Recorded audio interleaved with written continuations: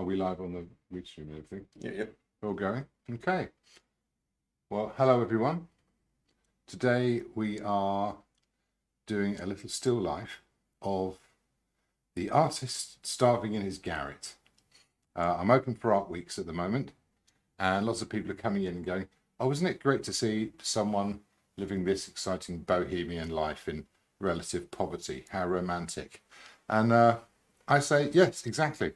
It is. So welcome and cheers. And we're going to do a bit of painting now and celebrate being a starving artist in a garret. Nothing like the real stuff. Okay, here we go.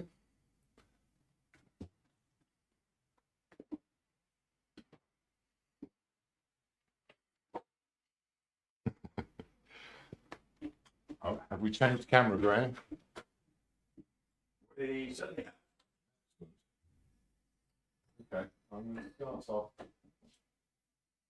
with a simple bit of arranging, really. I have my bread, crusted bread.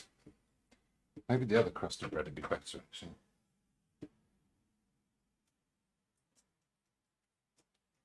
Oh, it's not crumbly enough.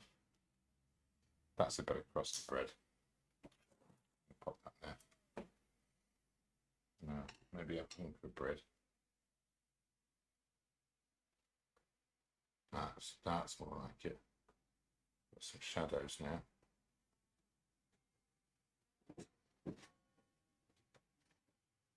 There you are.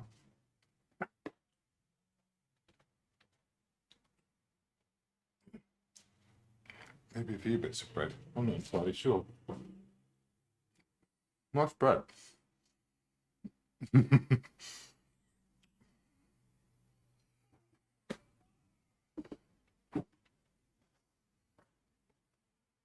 Slightly intermittent painting with you eating this evening as well. The bread will just be getting less and less the more that you paint. Yeah. So I've also got some brushes and got a cheaper lead white there, goes well with food. And my sketchbook is the breadboard. That's too flat a composition. I'm going to move the glass of water back. I'm going to put the bread in the middle.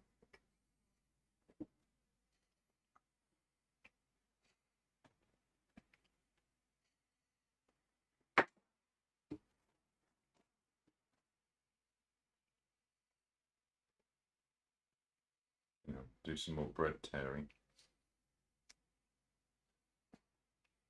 A little bit more of a description of what you're painting this evening. We've had somebody that's come up and said, what are you painting?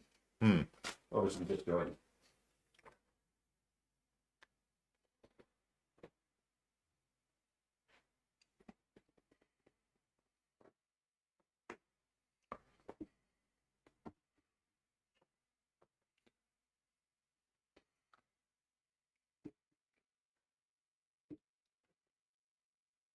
Oh, this is good. So I've got this secondary light source as well, which is quite important, but a bit too bright. So I'm going to have to do something to dull that down. It's a lot of fiddling at the moment, but that's the nature of these things.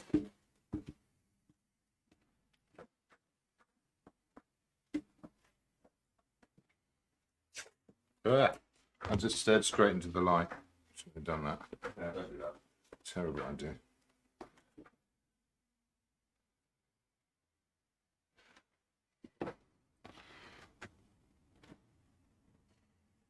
Okay. Yeah, that's pretty good. Bring the tube of paint to the foreground. Maybe put it there. That's good. Okay, yeah. That I can work with.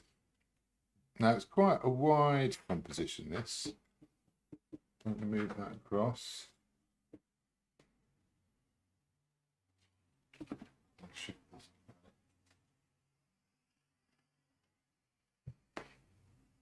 Do I need the palette knife?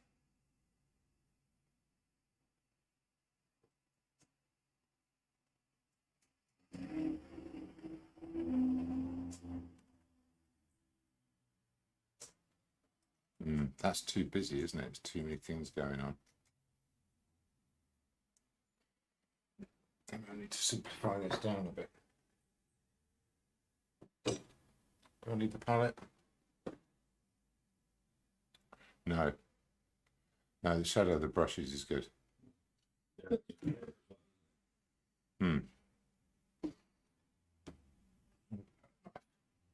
There you are, that's simpler. Need some thinners. Goodness. Very much impossible to work all day and then suddenly do this. So apologies for the slow start, but I will try and make up for it by painting carelessly.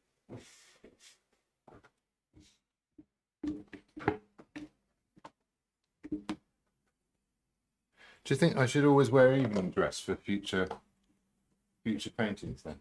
Yeah, I don't think that should be anything but. I think people would appreciate that. Good. Well, you know, happy to oblige.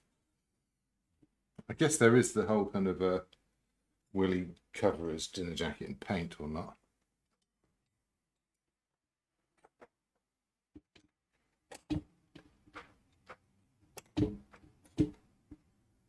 Well, I was in such a hurry that to my shame I'm wearing a clip-on bow tie. There, I said it. If I'd had another like 45 minutes, I would have tied my own. No, I think I actually found finally getting the hang of doing that. I didn't really, wasn't really raised in those circles. Hence the garret and the poverty. No, hardly. Joke about that. It is a month-to-month thing, but it's not the same thing as really suffering. It's all a choice, so I can't complain about it. And no, well, actually, no, it turns out I can, but I shouldn't. Okay. I was going to think about this composition. It is pretty busy. There's a few dynamics in there. I've got this quite nice sort of light brown shapes at the front, and then this white and black barrier, which is quite good. And then these shapes up here. If I put all that in a box, it sort of looks like a slightly slanty box, a bit like this. If that was the top of the brushes, and that came down here, and then this would be where the bread comes out, and then that would be the thing, and you're just scrolling your socials while.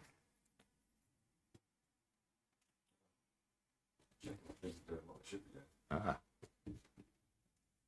Oh, that was us, was it? Yeah. No, I didn't mean it. I mean, you're absolutely welcome to do that. I can't believe you come and help me with this. Is the angle I'm actually taking with this. But yeah. I'm just putting a few shapes and see where those lights and darks go, and it's going to be too much. Using a bit of last week's paint before I actually clean the palette, because may as well use it up. When was the last time you wore a dinner jacket then? Sunday. Oh, really? Yeah. Oh, amazing. It's gonna be a lot longer than Yeah, that. not some kind of. Yeah, it's pretty standard. That's just for lunch. No, I had a gig, so in a wedding. So there you go. Certain responsibility that comes with that.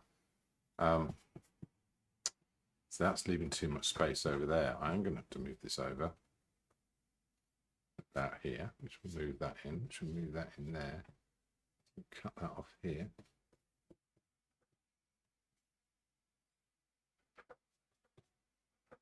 Yeah, there we go, something like that. That's going to be where the glass is. We should put the top of that. Put that handle around here somewhere. Yeah. Will we see what comes out the top of those? That jar.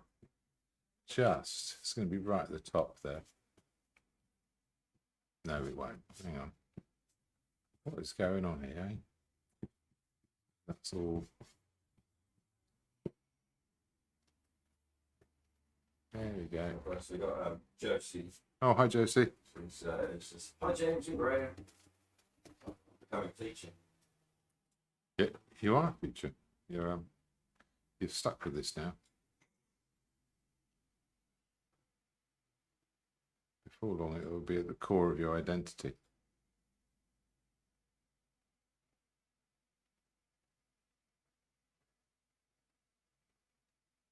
Well, the drawing's pretty much spot on.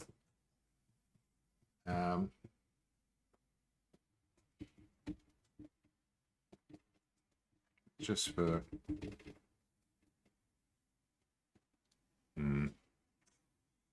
let's say that. I'm totally sure it is.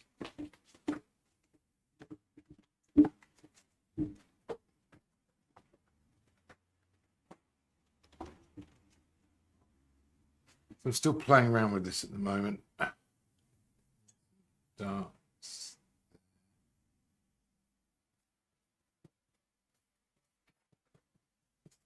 A few there, there's some that. As opposed to last week's painting of the abbey in the street outside. Yeah. What are the kind of differences that you have to look for in this? Well, with the still life, I'm thinking much more about the story it tells. There's a relationship between the objects in them.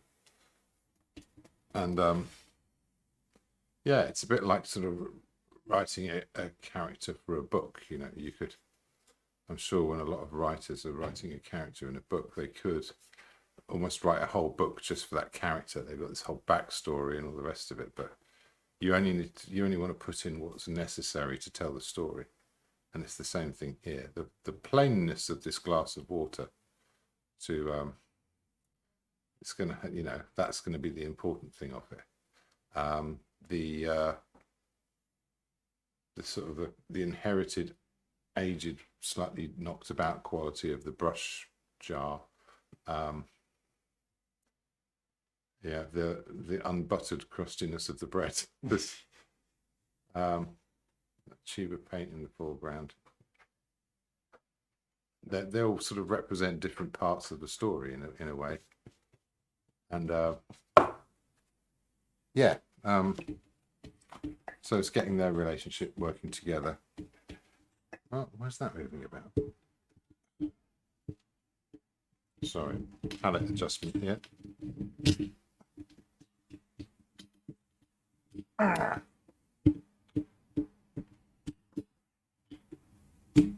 Okay, how's the palette, Cam? Yeah, it's good. Is it okay? Yeah.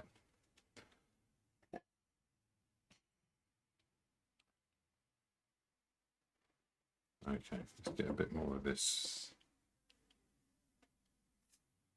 So that's going to put that sort of dark background in here. Matches up pretty well. And across here, kind of. And then there's this shadow behind here. Too dark. There we go. Put it in.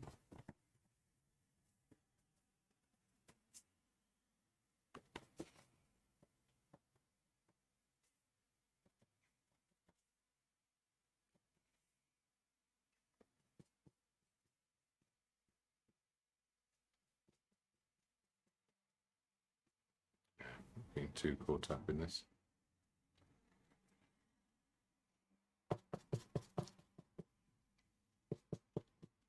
Shadow here.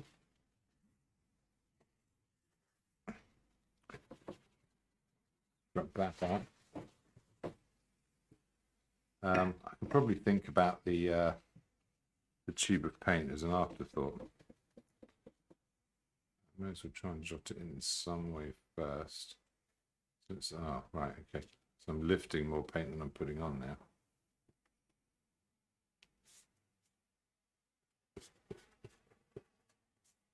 That's going to be the back of the book. Yeah, already got too much thinners on there, so there we go.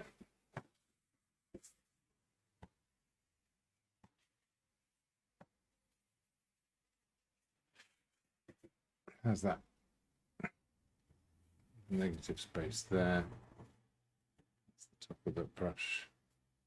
It's going to be right at the top. So again, I could move everything down slightly. That's the thing I do sometimes. Every time I've been involved in one of these. Well, I changed my mind. You know what? I can just rescale this. I can imagine it's a bit further back. I'm drawing it independently of the other things. It's not going to help with the study of the drawing, but there isn't this sort of absolute necessity. I'm going to put the top of it there. Could be that high.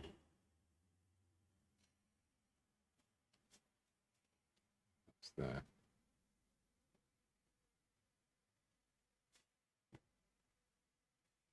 There you are.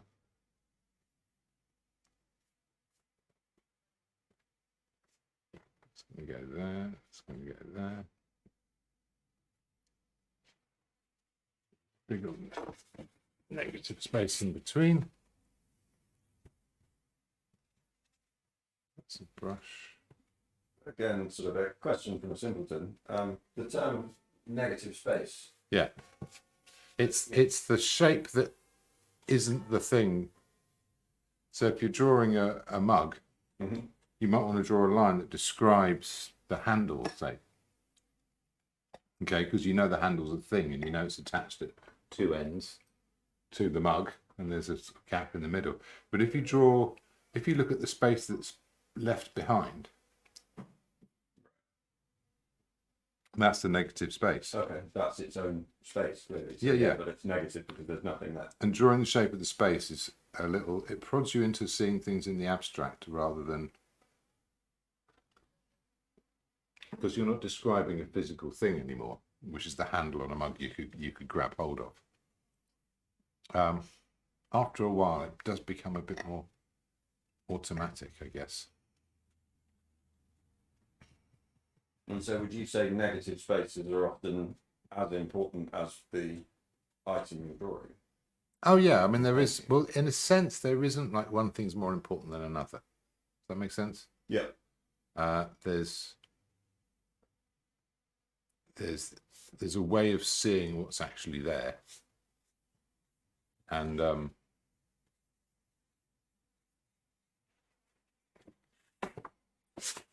yeah, that involves letting go of preconceptions. The more you do it, the more you get used to it, and the easier it becomes.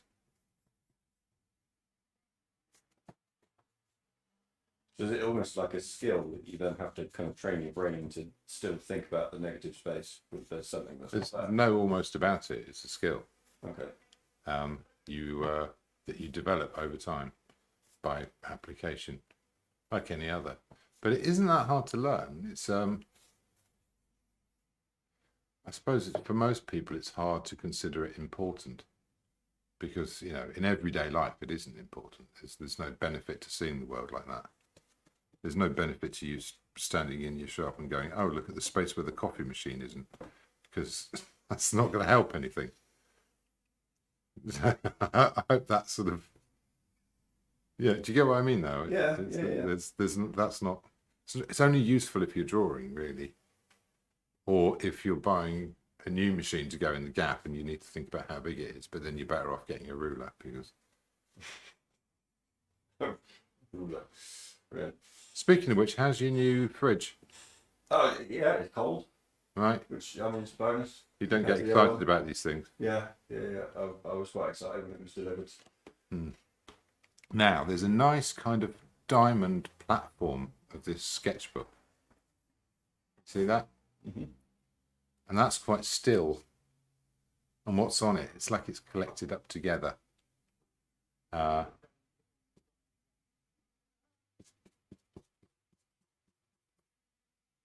This is a sort of little package of things.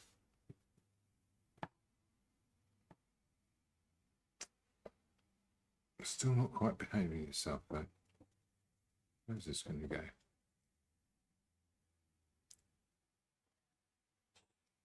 Right, getting back to my bread now.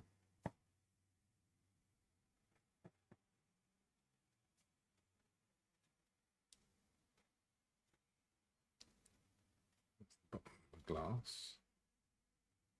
There's a bit of space before that. She's going to bung that up further, higher than that even actually.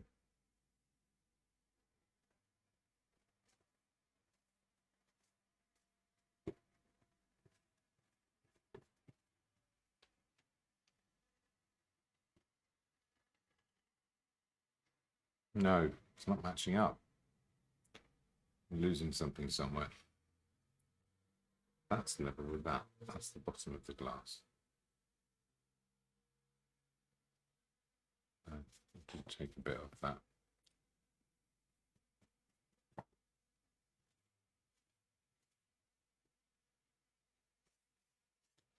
Okay, anyway, I feel like I'm fiddling around with the drawing of this a bit too much.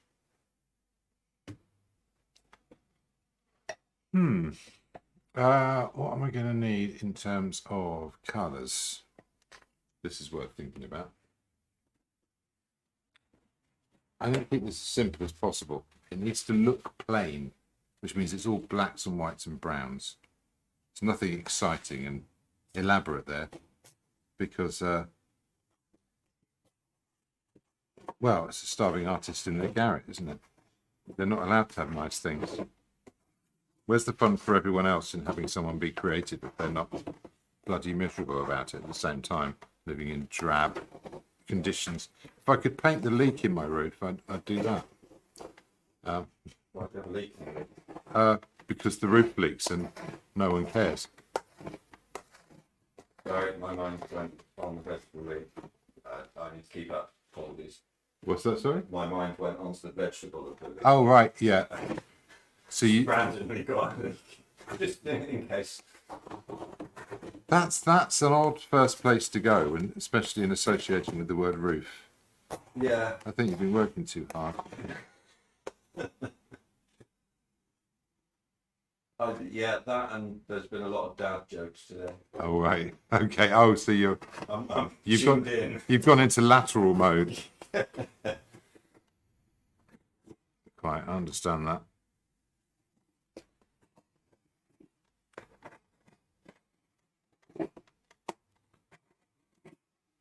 Yeah. Now,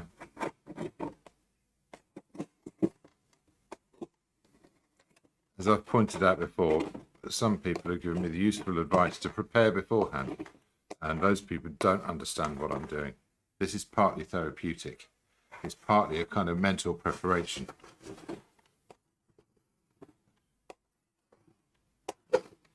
You leave the paint on your palette like that. Oh, you can work right over the top, and I do with my handheld palettes, but you can't tell what's going on camera. So. But no, I mean, for it to still be usable. Oh yeah, well, as long as the previous paint is dry and flat, you can just mix over the top. But it's into a context of your regular palette then, like as in the regular range of colours you tend to mix. Okay. But there is a thing, my palette tends to arrange itself in a roughly similar way every time.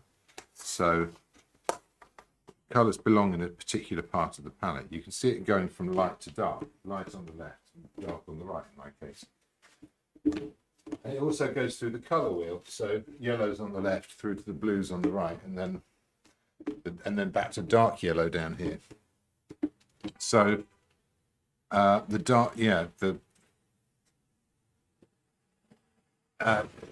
colours seem to group around where they emerge from. So oranges will end up around here, purples will end up around here, greens will end up around here, and obviously sometimes they'll wander out into the image a bit, but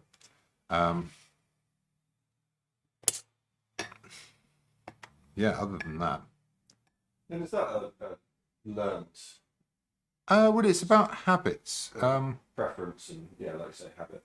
Yeah, I mean, it's funny. I think something works if you're used to it and you do it the same every time, and that's the thing that's helpful.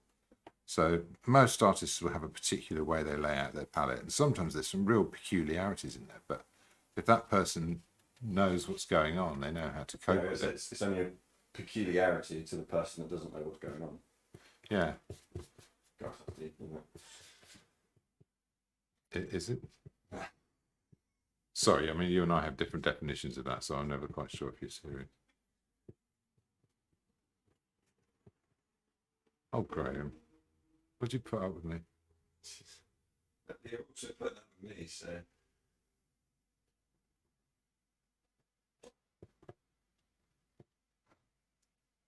Okay, getting a few of these blues in here. Where else are they going to go? I'm going to put them in here as well.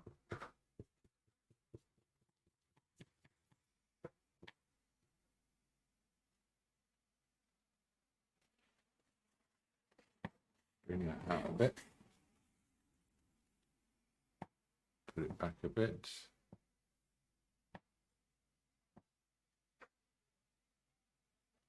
Ah, that's good. Comes down here. That's going to all move across.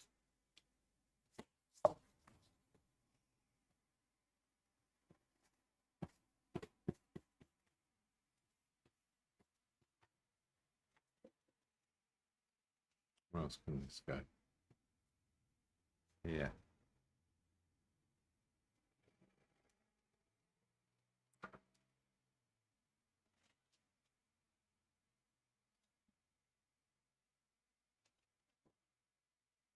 Okay, so it would be there. Which means this would be here. And we'll come down that far, and that's about right, actually. And I'm adding a little bit on.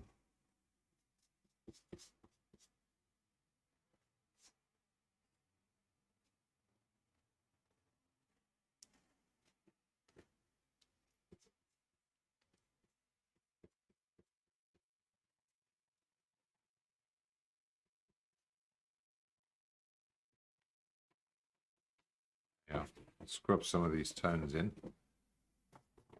There's a little bit of white in here, in this paint. Bit of white in it, but that's okay.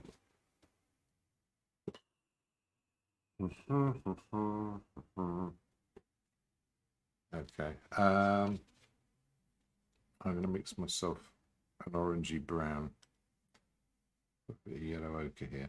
Use some of that. Bit of alizarin. Do you have a tendency to work with particular colours to begin with? Is there a... Oh yeah, well, do you work shadows first? Or? My core palette is... Oh, you mean the colours I mix to begin with? I tend to work from muted colours towards bright colours, from mid-tone colours towards bright and dark. So from the middle outwards, really. But sometimes, I mean, like with here, there's some fairly clear things going on with the colour, so I can... Come on.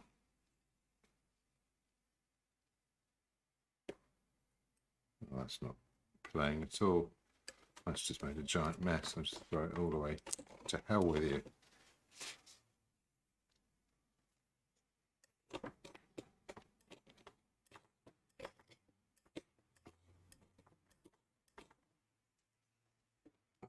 My box.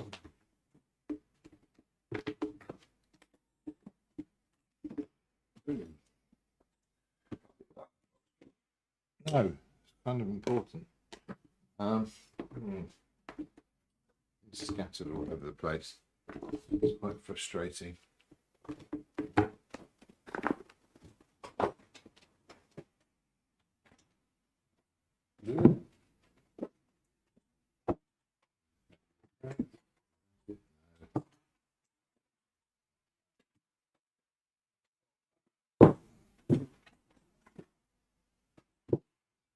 There we are.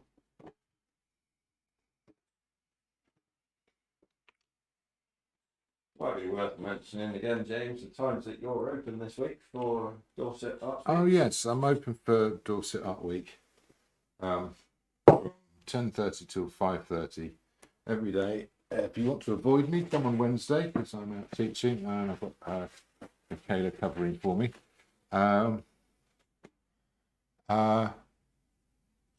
Yes, and I'm trying to stay positive about it. It's always a bit trying It's good to do because there's good conversations to be had and interesting people to meet. But it's also just a showing reminds you of what a utterly ridiculous thing you're trying to do. You're never more likely to. It looks like that's where the sort of when someone's being all successful and when everything's working. But you're never more likely to give it up forever than when you're doing a show. Because that's when the futility of it really hits you. You go, oh yeah, this was a stupid idea, wasn't it? What was I thinking? No. I know that sounds awful. No, but the point is, right now, I'm happy as Larry. This is my existence as I would like it to be all the time. I couldn't even think of what else there is to do, even if I tried, because I'm occupied. And I'm occupied in a conversation with the world that's interesting to me, that I find engaging, that's revealing something to me. There's stuff going on. And yeah, I'm quite happy about that. But then after that, I suppose I have to get it out there. And I mean, the thing is, people say, oh, you have to persuade people to buy it. Well, how am I going to do that? I wouldn't buy it. Why on earth would anyone else? But that's not up to me. But it means it's very difficult to market yourself if it's hard for you to see the value in it to other people. I think, well, I enjoy doing this, but why would anyone else like it? And it turns out people do, but I still don't quite understand. Everyone has a different relationship with it. So you let people have their own relationship with the work you make, and that's relates to you, but it's also personal to them, and that's what's good about it. But it kind of makes it unmarketable, because all you can really tell people is what was going on with you, and that's not what they're buying. They're buying what's going on with them, and you can't predict and know that unless you're making something very trite and obvious and dull. So there's this whole complex relationship going on with the whole thing, and yeah. So that's why the conversations can be interesting. Although I know I talk too much, and I always feel like I'm bending everyone's ear, and the last thing I want to do is listen to me for another second. So yeah, so maybe those people will come on Wednesday. Who knows? Not that they know to come on Wednesday, but there you go. That wasn't very clear, was it? Because I'm thinking about this brown, dark, nice. A few bits in here, in there. Have you been pleased with the Arts Week so far, though? Oh yeah. I mean, it's always it's good to put some stuff up, and it's good to. It's certainly good to see people who are coming around and showing an interest, because they're my people. So it'd just be nice if I didn't even think about sort of the whole selling thing and the business side of things. Because it costs money to enter, it puts you into that mindset, and actually that's not what I want to be doing. I just want to be having chats with it. But then it looks a bit what would you call it? A bit profligate or flamboyant to just be saying, hey, I'll just have a big show and just invite all my friends and we'll all have a great time, and then I won't make any money, but it doesn't matter. There's a little voice in my head going, it bloody does matter. But it's not up to me, it's not, you can't control those things. So it's an interesting one. I don't have a solution for it, but it is a thing. Okay, so I'm doing a few simple colors here. I've got this violet that's kind of turning up in the shadows. It's also on the blue side, which is making a weird kind of green, which will mix with as perceptual colour. So if I pick up a bit of that down here, it's kind of the same violet as before. And a bit of that.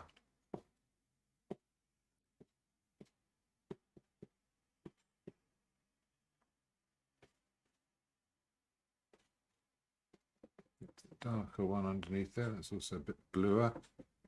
Have you managed to get out to any other artists? No, sadly not. I am pretty much glued to the studio while it's going on. I guess that's the disappointing thing for you guys as artists, then, isn't it? Yeah, no, it would have to be in your venue. It would be nice to go and see some other people, but yeah, it's a tricky one. At the same time, I think a lot of artists are quite interested in what they're doing, not that interested in what other people are doing. So I wouldn't count myself among them. I like to see what other people are going on, but the thing that makes you paint isn't necessarily the same thing that would make you interested in other people's paintings. It's an interesting little, effect. I know musicians that don't listen to music. Yeah, they play music, but they don't put the radio on the stuff, which is quite an interesting thing in itself. Yeah, but it makes sense when you think about it. You go, yeah, if they want to hear music, they'll make the music they want. If they're good enough. And of course, they listen to music all the time when they were younger. But it's certainly not the rule, but it does happen. You do get people for whom, playing is 100 times more important than listening. And if they're not playing, they lose interest in it very quickly. Okay. So I just had a message come in from Josie who says, with this kind of monochrome setup, how do you decide about pre-mixing colours? Well, I'm thinking about these shadows at the moment, and they're going to be the basis for everything. They're going to create a context. And I want them to feel kind of earthy, but with a little hint of colour and stuff in it. Some of that's going to go up here as well. And I'm going to introduce warms later, so the last thing will be warming it up. And I've got this violet behind, which is sort of this cool shadow colour, which should be fun. So, yeah, I'm thinking more about temperature on this one. But yeah, starting with the shadows in this case, because they're quite mid-tone. I've got to go lighter for the lights on the book. I've got to go darker around the brush pot and stuff like that, some of the other things. So to have this context, now I've got that there on the palette, I can start to mix some other colours that go with it, and I will do that now. And I'll mix them in some quantity as well, I think. So I'm going to have a little bit of this unbleached titanium, which naturally throws me slightly into the sort of sepia kind of look. I've put a bit of actual titanium white in there.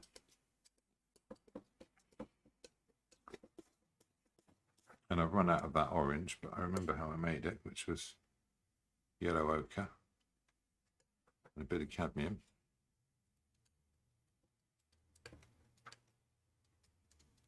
Might be a bit too much. I'd want to add that later on. I'll kick that to one side. Make a slightly yellower one here. Yeah, a bit of that.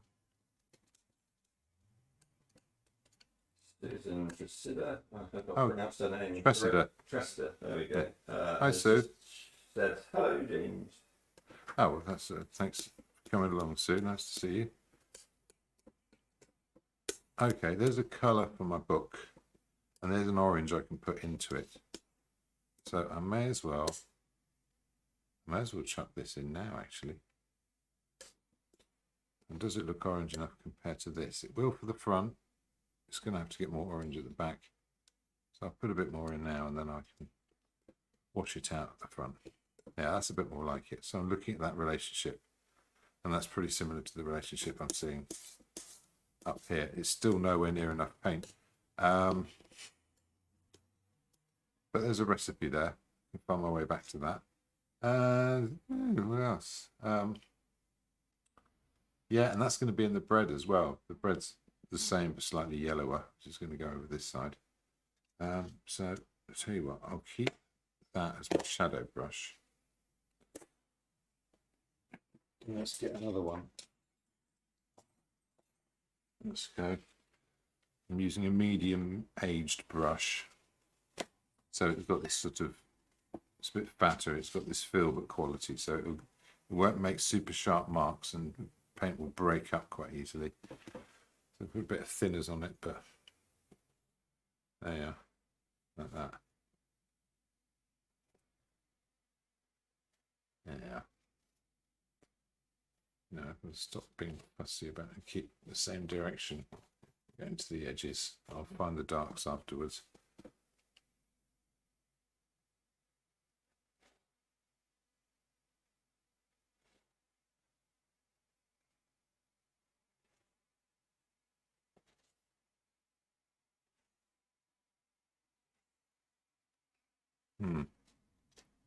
Lumps.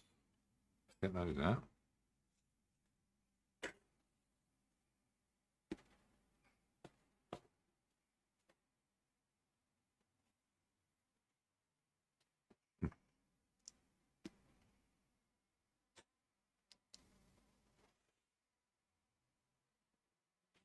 Yeah, it's going to go as far as that. Let's put it out thin.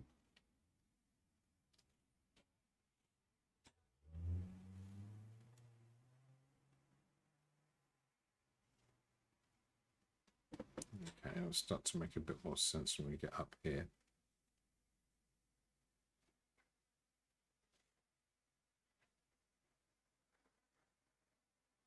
Yeah, that cuts off in that corner. The bit that comes in, that's going to have to get redder.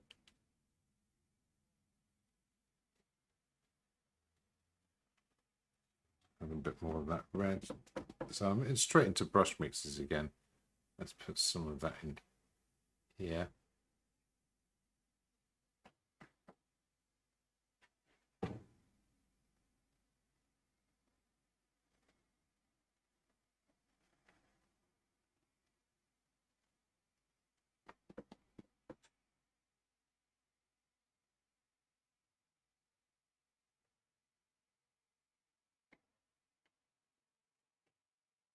Okay, you see that working already?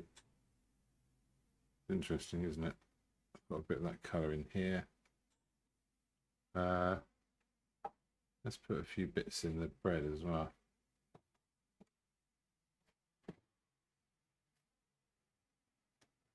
So obviously where it gets darker, it's going to get redder as well. So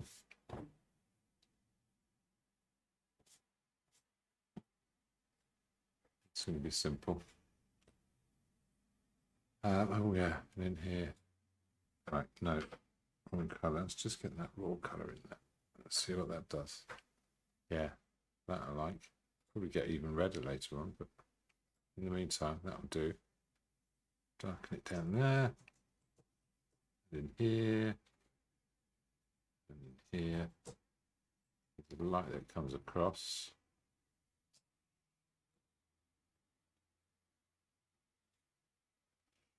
Now that shadow looks too dark. Maybe even too green. That's an odd thought. So I can get my shadow colour. I'll do this now. I'm going to take a little bit of that yellow and a little bit of this light. I'm going to mix them with what's on the brush, and I'm going to lighten up the edges of this shadow a little bit.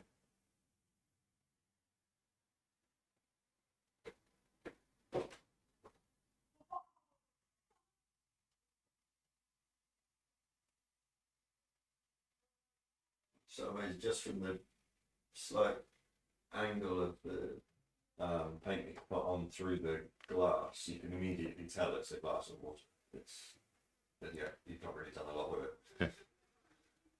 Yes, it should be doing the job for me. Let's put a bit more warmth into that shadow there, and into this one too, actually. Yeah, I'll darken nearer the edge. Okay. Let's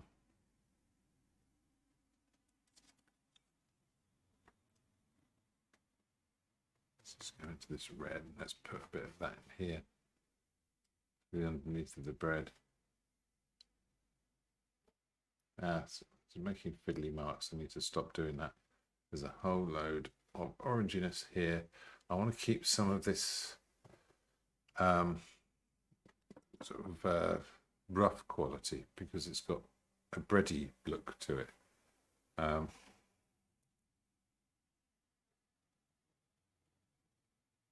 plenty around here. A couple of lights. What's that going to do? Yeah, a bit there. A little bit there. Oh yeah, around the bottom.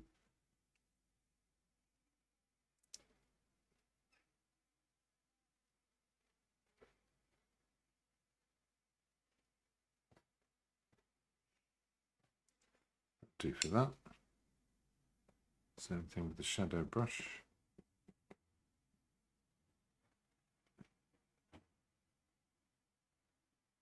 I've got this crimson here. I'm going to put a bit of that in.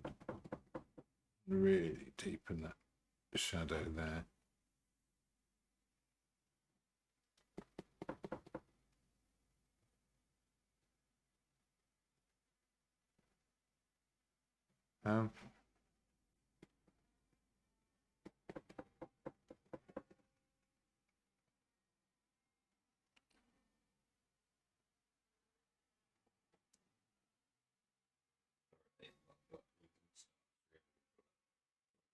Enough of your excuses. Oh. You're the worst manager ever, Graham. Yeah, I know.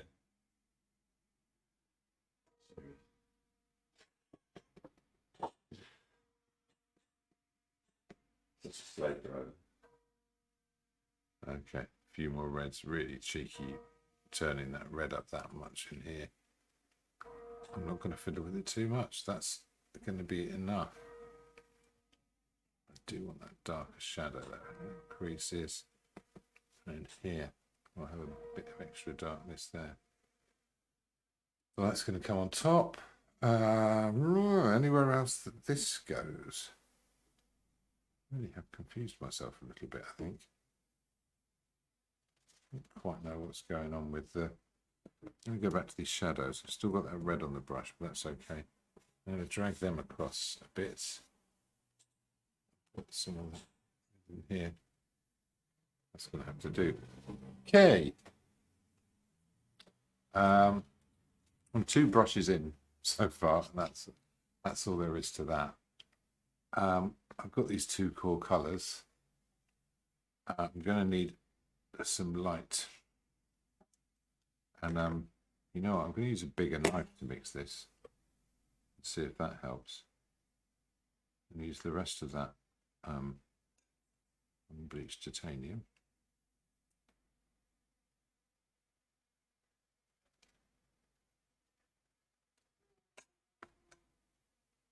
The rest of that as well. There's a pinky quality to that background, and I like this little hint of red in the neutrals because it's going to bring a bit of life to the you know, the purpliness in the shadow, sort of hinting at a bit of that. So to give it a little bit of warmth. I know you mentioned temperature earlier. Yeah. Yes, precisely that. Yeah, I mean, if I used a completely neutral grey, then in different contexts it would look like completely different colours.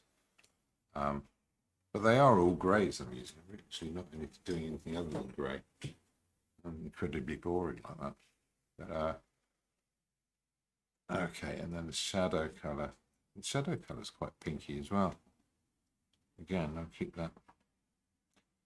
You know what? No, I'm going to put it over here.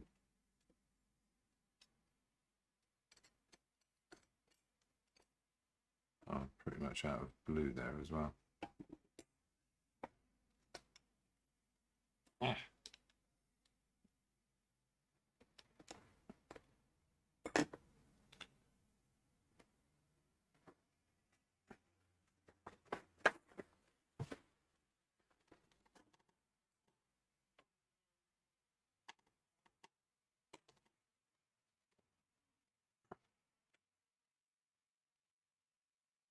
Okay, I'm going to put some more blue paint out, more ultramarine.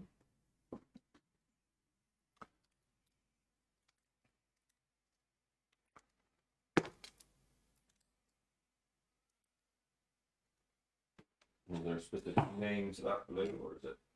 Ultramarine blue. I could tell the story about it, but I feel like I'd only be telling you, Graham. I think everyone else knows it. For a long time, blues have always been rare pigments and expensive because nature doesn't make a lot of blue.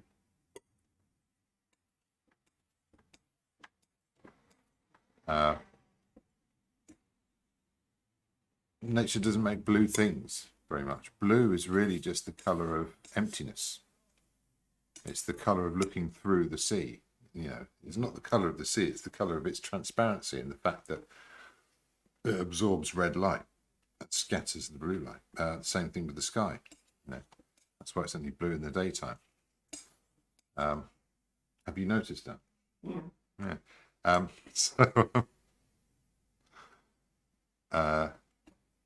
Yeah. So blue was a very, very rare pigment where you could find things that were blue. And one very famous blue was lapis lazuli, which was a mineral, naturally occurring mineral found in particular places in Afghanistan. And it was fairly rare and very difficult to sort of extract, and therefore very, very expensive. And it was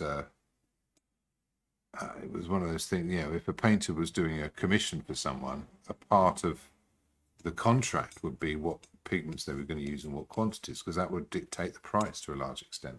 And there's sometimes, you know, there's very noticeable moments in art history where a painter, Titian was famous for it, used some ridiculous quantity of ultramarine, and it was sort of this, like a massive status symbol. It's not, you know, whoever was paying for it, it was like they wanted to know everyone, they could tell everyone that they could afford all this stuff.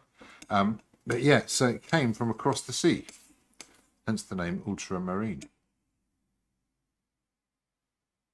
Does that make sense? Mm. It does. Good. And it's been called ultramarine ever since.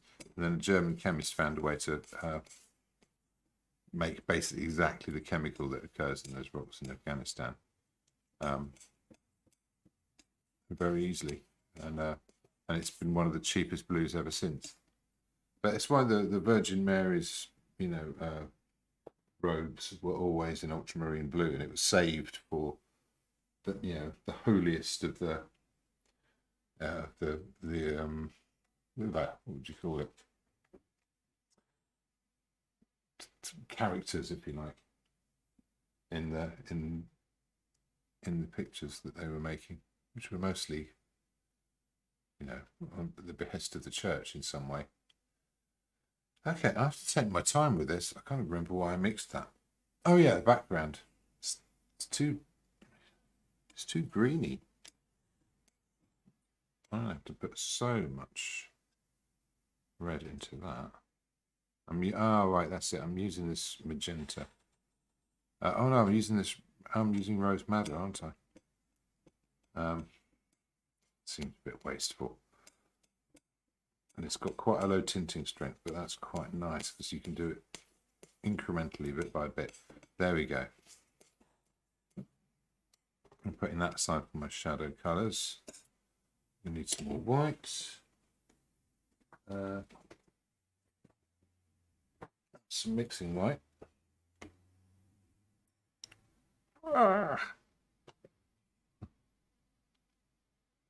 And a bit of titanium white.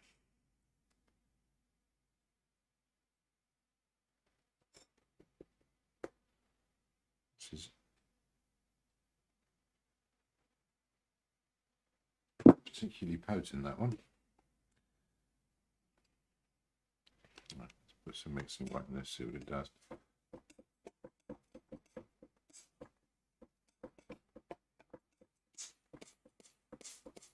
Okay, it's a kind of a shadow colour.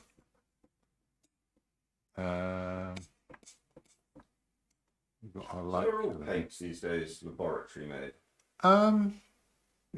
Well, natural pigment. Oh yeah, I mean earth pigments and stuff. You know, so the umbers are basically they call earth colours. It's made of earth. It's a particular kind of clay from particular parts of Italy. The Siena, for example, it's a place in Italy, and because they're sort of natural, they're very robust pigments. They've had millions of years to change colour. So whatever colour they are now, they're probably staying that colour, and which is useful if you want to do a painting.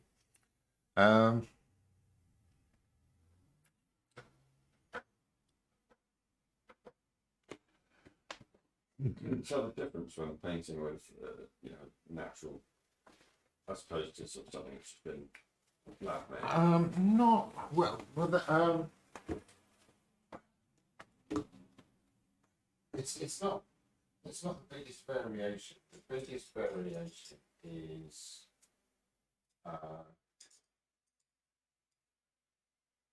I mean, if they're properly made, they'll all have the same consistency anyway. You won't get a noticeable difference between one paint and the other. Frequently, yellow ochre is a little bit grainy, a bit gritty. But generally, so they tend to have more of an opaque quality to them. Burnt umber is semi-transparent, but yeah, they tend to be quite sort of cloudy, if you like. They tend to have pretty good coverage because of that. They don't have the highest tinting strength, so that if you put a bit in a mix, it's not going to suddenly change everything to that colour. Venetian red does that a bit. Yeah. I can't remember what I was saying now. It couldn't have been important. Sorry, I'm seeing things like this.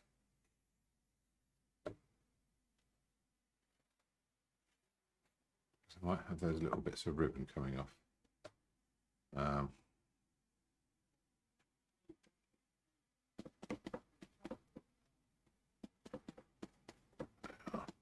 Bit of that down there.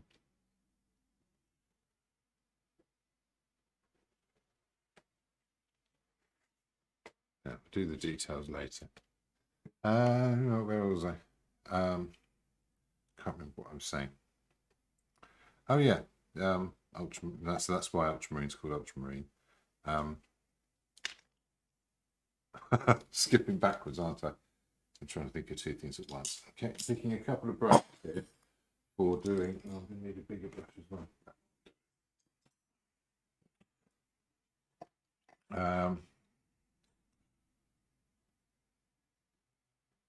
Let's have some of this background colour. Let's keep it pretty flat. I'll put graduations in as it goes. It's quite bright around here.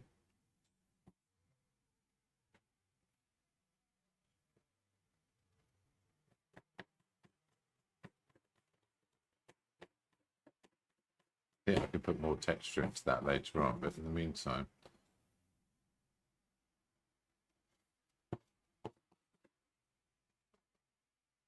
that's a negative space right there.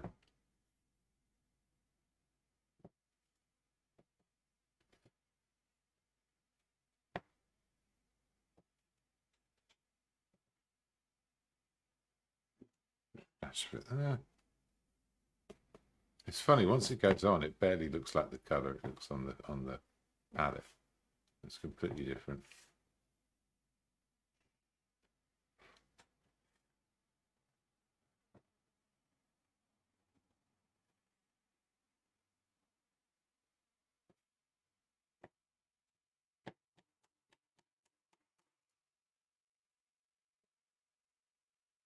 What's this doing?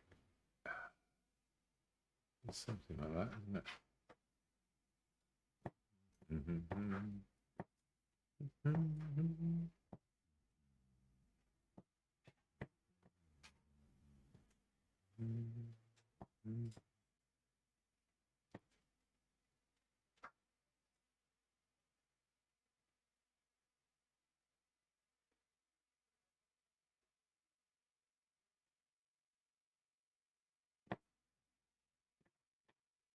Okay.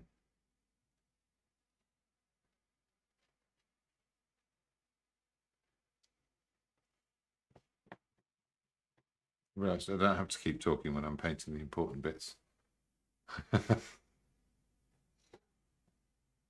Well, you ask, when was the first time that you really sort of found that you were truly interested in art and wanted to pursue it?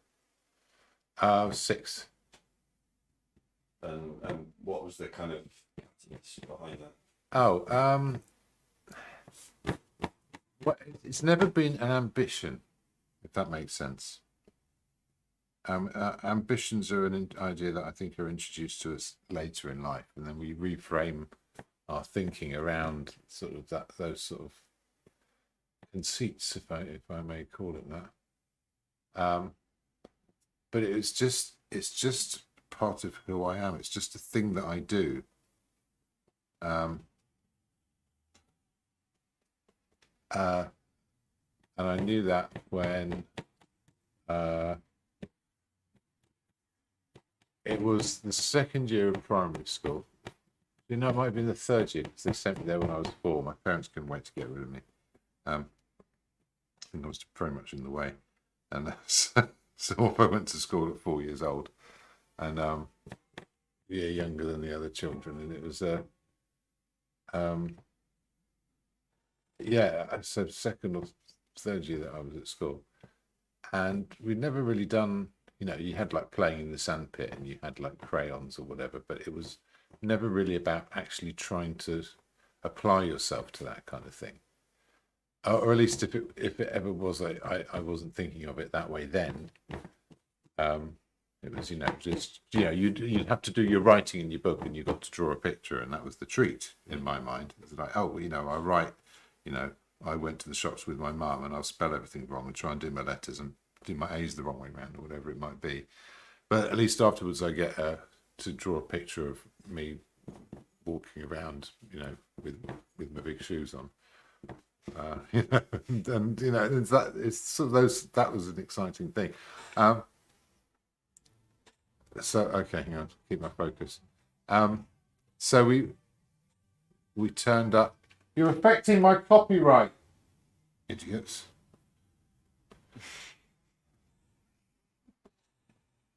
Doesn't occur to them that anybody might be live streaming a tedious painting. So we turned up to we were in the class, and there was a lump of clay on everyone's table, and the teacher said, today we were going to do some clay modelling and I'd like you to make an animal. And my favourite animal was the cheetah. I liked the way they slunk around. I liked the way they had these sudden bursts of speed, would sort of appear and disappear, and they had this sort of, seemed to have this sort of mastery of how they moved around in the world that I really admired. And they've got this particular look to them. They're not all sort of robust like a lion or a tiger. They're kind of, but they're also not as languid as a leopard. They always looked a bit awkward, like they look a bit embarrassed, cheetahs. I don't know why it's a look at them. Anyway, and I was fighting with this clay, and it was a nightmare. I was trying to get the tail to stand up. It wouldn't, just kept, because the clay wouldn't hold its shape. I managed to get the way it walked, like the way the different feet go in front of one another, and I got that sort of the sunken head and the shoulders bit. The feet were way too fat, because if you made the legs thinner, it sort of fell apart. And I was so frustrated by it. So eventually I just kind of gave up. And I looked up, and I was in an empty room with this model of a cheetah that I'd made. And the teacher was there staring at me. And on the table next to her were lots of lumps of clay with 4 lumps of clay stuck to them that must have taken about 30 seconds before the kids went, done that, what's next? And I thought, this is something that I do that other people maybe don't. This is something that maybe is particular to me. This is sort of my thing. This must be telling me something about what I get to do in the world, in some way. And so I have done ever since. And and the world has continued to explain to me in a small amount of detail how mistaken I was, but I won't listen to it. And that's the story of why I'm an artist. And then what sort of pulled you into oil painting? It's a practical medium. It's, you know, it does a job. I suppose my father and my grandfather both did art, and my dad never got to do it as a career, but he should have done. You know, it would have made him a lot happier.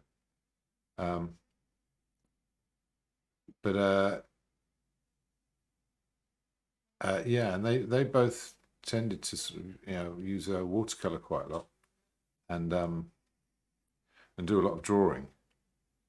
But the oil painting thing, I got introduced to it by Mr. Jones at my school, and I spent weeks and weeks and weeks labouring away, redoing and redoing a pretty terrible painting, and I knew it was terrible at the time, but it was. And the more I used this paint, the more I realised that I didn't know how to use it, and I wasn't doing a very good job of it. But it could do. It could do. Every time I tried to do a different thing with it, a different unexpected thing happened, but different from the last time. And I thought, you know, you get the hang of this, you can tell it to do anything. If I can master this, I can make whatever I want. And that's the promise, really. You know, every person who makes something is looking for that tool where you go, well, if I had that tool, I could make all those things I'm imagining that I can't make yet. That's why everyone bought a Dremel when they came out.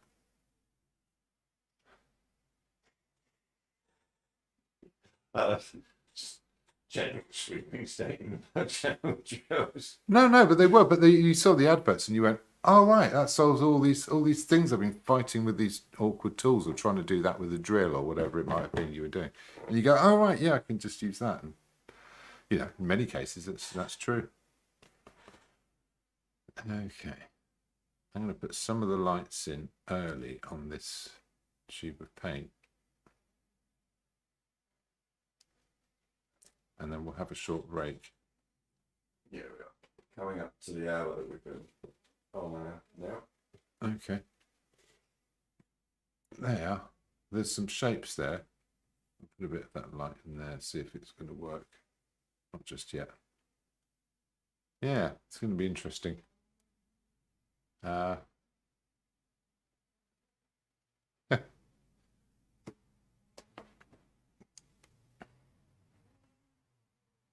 Yeah, that's a pretty good start. A good place to stop. That seems. It's a good. Contemplating. Yes. Happening. I might well change into something a little more comfortable. I don't know if my attire is coming out on there, but. Oh no, it really is. Well, I should hope so. Right. Yeah. Yes. See you soon. Cheers. Amazing.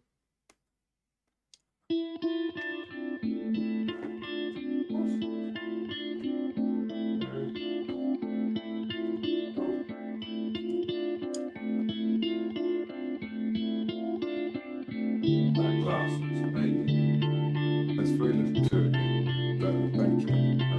Sorry, I don't know how to compliment. I say something stupid before I remember. I meant to just say thank you. Exactly the same compliments to start with. Not like I better come my way for confidence. But do you think that was a good intro? Yeah, I think so. Well, I'll watch it back, but yeah.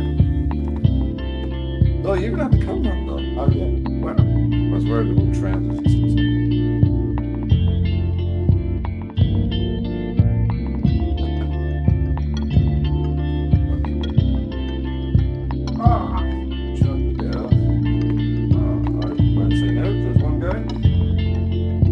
How long do those time-lapse things last? About 8 minutes. Okay. Doesn't matter the next one.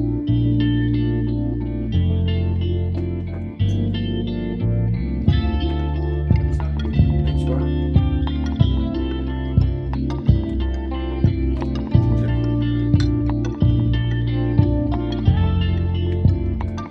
Any questions on Monday or?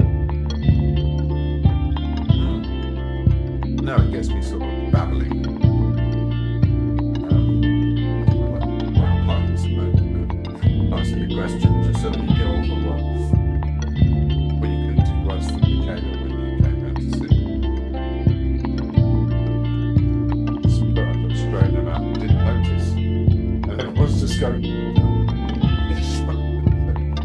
So where's your girlfriend? Oh, this is not today. And so let's see. She doesn't listen. She's very able to listen.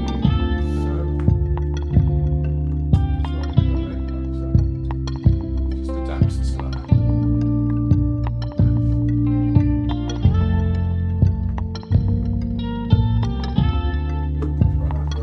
Tunes going on in one ear, I'm listening to you in the other. It's lovely.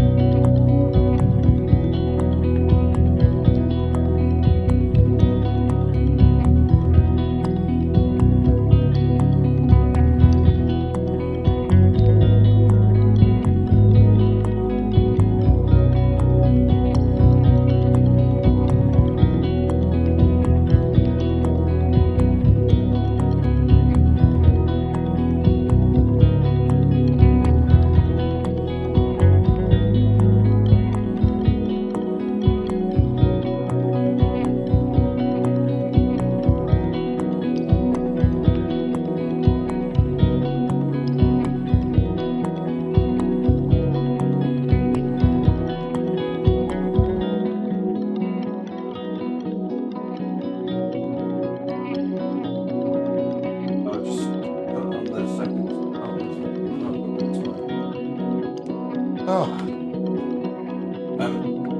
So from Instagram, because each of the story posts that put up, there have been so far 13 people that have clicked on the links to go through to the channel, which is 4 or 5 more than last week. yeah, there's a thing of building a channel that just took a lot to do. Maybe I'm going to make excuses. Good idea. 4 people on YouTube, 3 on Facebook, 1 on Twitch. So, yeah, we get there. Actually, you know what? Just drop it in there. Not much later. Drop it in this example. So that, I mean, last week, sometimes it just goes dead in 20 seconds. It shows up to I think if the right custom meal at the right time, sort of round happens, guys. Suddenly it shows up to most people. Suddenly the button went to 5 inches. So most people and it happens like a week after the video, it goes flat because YouTube stops showing it to everyone. So it probably wants you to promote it or boost it or some shit like that. But That was the end of the apples, under the apples, back on then. which should be back on, yep. Oh man. You got to click the thing. I've got to click the thing. There we go. The- And we're back. The thing is clicked. The thing is clicked. Well, welcome back. Got a pretty good idea of how to I have changed out of my formal wear. This is now officially the after party, so sorry about that. I'm going to chuck a few bits and pieces in. Now, I had a very welcome visit earlier to my studio from Alex Cree, who teaches for Sherborne Arts, doing the drawing and live drawing on Mondays. And he popped in and he mentioned the Fauvist Manifesto, which he'd been enjoying. The Fauves were, if you're not aware, a 20th century art movement when everyone was sort of getting into their isms, and Fauvism was one of those. And it was, the Fauve was, I think it meant beast or something, or savage or something like that, because they were kind of wild with their colour. So I don't know if they came up with that name for themselves or if they inherited it from some disgruntled critic, as is usually the case. That's not working. It's so fiddly, right? But they had a dislike of detail, and I'm not sure it's for me. I think I'd probably disagree with that, but I quite like detail. I like hinting at detail rather than being too sort of fiddly, tiny brush about it. But I was wondering, Graham, if you could look up the Fauvist Manifesto and read it to me. Fauvist, Fauvism. And I thought that might be quite fun to investigate.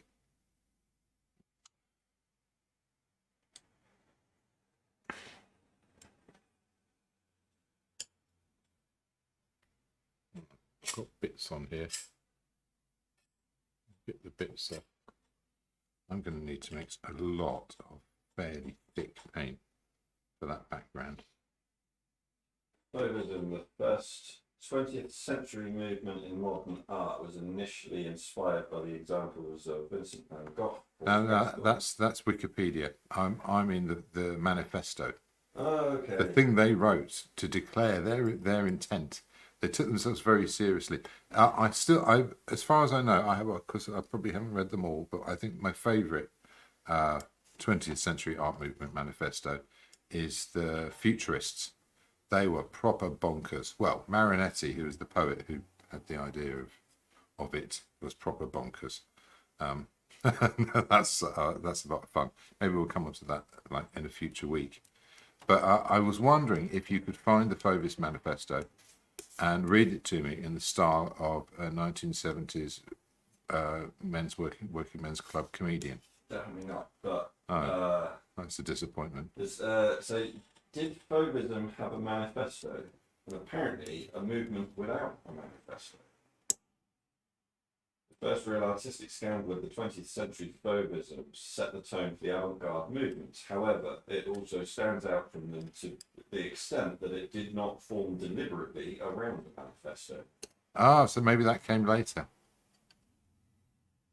Normally there was a rather enthusiastic manifesto that went with these things. Because, yeah, unlike Futurism and Surrealism, for example. Oh, well, that's interesting to know.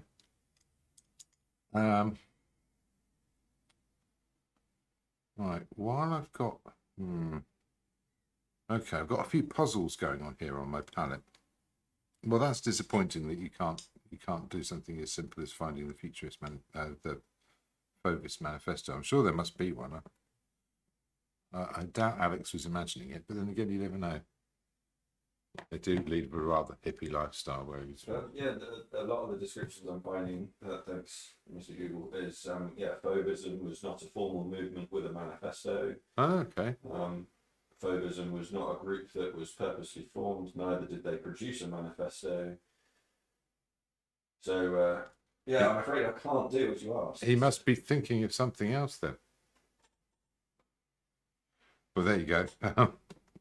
Well, maybe I'll do a futurist thing. I always quite like the futurists. So I like, especially with my my music pictures, I'm always reminded of that because they had this idea of action and dynamism being sort of clear aims in what they were trying to make. The funny thing is, Marinetti was, like I said, he was a poet, and he sort of co-opted a lot of people, Boccioni and Ballo and people like that, to sort of, they had this movement attached to them, and I suppose if it got them some attention, they didn't really mind, but they had their own thing going on.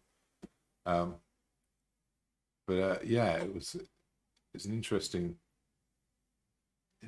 thing that I don't really know what Marinetti was about. I don't know his poetry. Doesn't seem to have stood the test of time in any way. Yes, this idea of this sort of rejection of detail. Or maybe Alex dreamt it, and maybe it's actually his manifesto, and he's projecting it onto somebody else. So perhaps he mentioned it to you, so you'd spend ages trying to look for the manifesto. Yeah, and actually I ended up making you do it instead. Yeah, it's a much better idea. Right, I'm going ahead with a couple of darks here, more than I should be doing.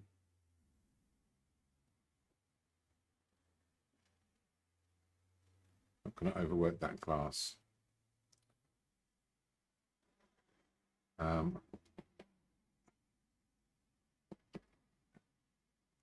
No, I'm sticking with the big brush. I'm going to stick with some big brush marks. I'm going to put that blue in there. That's nice. Oh, I like that.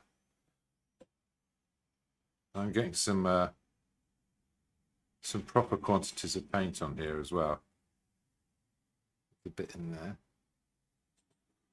You know what? That's more of that kind of shape.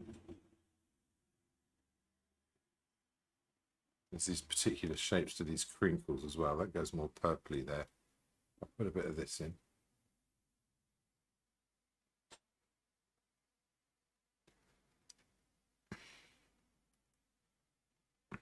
Right, where's my mauvey colour gone? There's a bit. I'm going to go even redder with that. I'm going to put a bit of cadmium in it, see if that plays the game.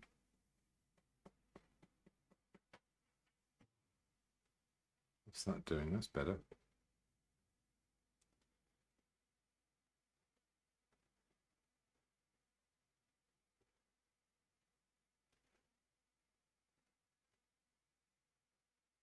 Yeah, there's a shadow colour there anyway. Put a bit of that red in here. It's a bit too dark. Where else can I put that? A bit more purple. Some oranges there. No, that's fine. Okay, I've got this green, and the green, it's not green, but it is, but it's green. I'm talking nonsense. Okay, got this yellow ochre. I'm not going to just put blue in it. I'm going to put the bluey shadow colour in it, and that's going to give me my green for the pot.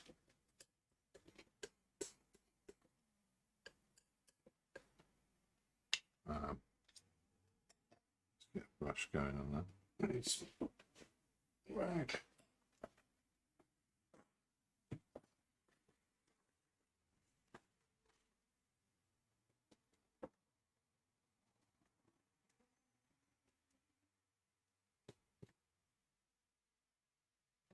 Okay, yeah, that's quite bright there. There at the top, it's here.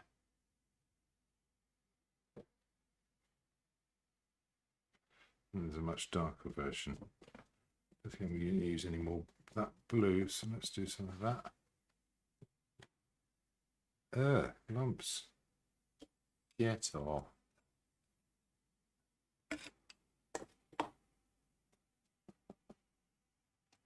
Okay, it's a bit thin, this paint, but it will do the job of having something I can work into.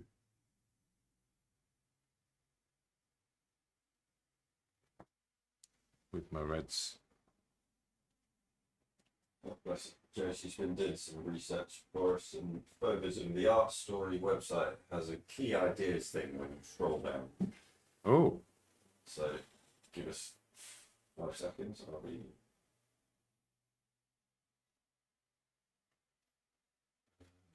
Art story.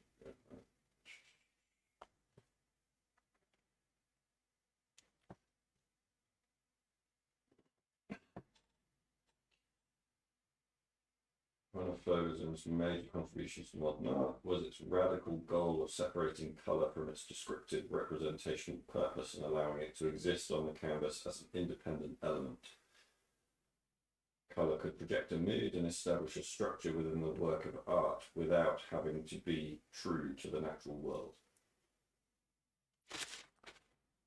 Sounds about right. Another of Fauvism's central artistic concerns was the overall balance of the composition. The Fauves' simplified forms and saturated colours drew attention to the inherent flatness of the canvas on paper. Within that pictorial space, each element played a specific role. The immediate visual impression of the work is to be strong and unified. I think we need to work on your art voice. Yeah. That didn't sound nearly pretentious enough. That does not. No. Well, take what was that? What was that? The last sentence, but one. Fauves' simplified forms and saturated colours drew attention to the inherent flatness of the canvas or paper. Okay, inherent. Yeah. So when you've got words like inherent, you've got to make a lot of that. The inherent flatness. That's it. Yeah. Have a little pause over that.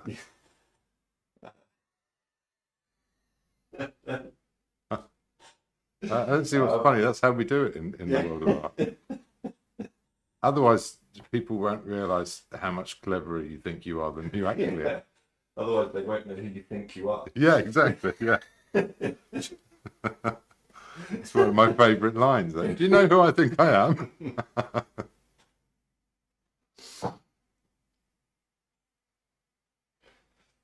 Okay, I'm finding a few of these little. There's some reflections here. That's actually a reflection of bread, I believe. So yeah, so I've got my little tin pot there. That's okay. Let's keep going with these oranges. Let's have some of that there. Let's keep it simple. Let's have a bit there. again, keep it simple. It disappears into a shadow, but it's okay. You have to have some greys as well. Oh, right. So you're saying, oh, let's keep it simple, let's keep it simple. Is that because by keeping it simple, our eyes will do a lot of the complicated work in between? Yeah, and also is that thing, this was why the photos are interesting. It's because it's when you open your eyes, your brain collects information about the world for you, and it goes, this is what you're seeing, and within that, there's lots of little glances around the place, and it will collect up stuff which it seems to think is important, which is important. It's part of the clues that put together that picture of the world. But it's full of, I don't want to say details, but it's full of information which is familiar. It finds the familiar and it makes use of it. And the things you've seen before, like I was saying earlier about like a mug, if you do a picture of a mug, the handle is really important. The hole on the top is really important. There's all these sort of ideas of what a mug is that are so built in that it's difficult to sort of separate what you're seeing from what you think you're seeing. And is it partly because our brains are inherently used to seeing certain objects? Yeah, but it's also how we encode the world in our brains. That there's a I'm trying to think how to best put it. Yeah, I mean, the spoken and written language is the biggest clue. So what does spoken and written language do? When we talk about language, what we generally mean. What we mean is there's tokens and shortcuts for things. And this is one of the fundamental things about what language does. If I say, okay, I want you to imagine an apple, right? I can 100% guarantee that you're imagining the wrong apple. You're imagining that apple wrong, Graham. That's not the apple I meant. There's no way of telling you the apple I meant because language can't do that. Unless, and by the time I would explain to you exactly which apple I meant. So, what apple were you thinking of? Oh, yeah. My surname's Cox. I always think of Cox's apples. Right. See, I was thinking of a Granny Smith. Fair. And that's a completely different colour, isn't it? Or is it? I don't know enough about apples, do I? It depends how right they are. Well, exactly. Okay, but my point is that, I could be thinking of one with a worm sticking out of it. Yeah. And you go, well, what about the worm? And you go, you didn't mention the worm. And I go, well, I thought it was implicit, and language fails us all the time because we expect it to do more than it can. People who truly understand language understand that too. And they, a really good storyteller knows what to leave out so that you as the listener can have some agency within the telling of the story. And in a sense, that's what I'm doing, painting. I'm trying to give enough information that the reality of this setup starts to appear and you fill in the gaps, that you are inventing the light source off canvas, if you like, that you are sort of through the little strokes and things that I'm making, understanding what it is that's going on here. Okay, I'm seeing some other bits and pieces now. That's going to get more peachy, but not quite yet. I'm rethinking stuff a bit. Yeah, so trying not to overdo stuff is kind of critical. So I can do some of the lightest shapes of this bread now. I think I've got the right colour. I think I might have to make some more of that. I'll try it with the brush mix. A bit more of the blue in it. A bit more of the brown and the red. Up to the same colour now. What's this do? That's go in there. I want to get some of this sort of texture of this bread and how it.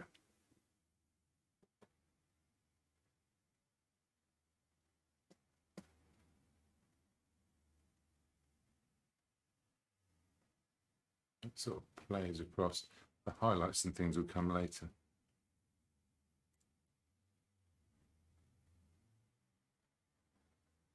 And again, it needs to be thicker painty. But actually, no, this will do for underneath. Or will it? I'm not entirely sure anymore. That's my green. Let's have some more of this.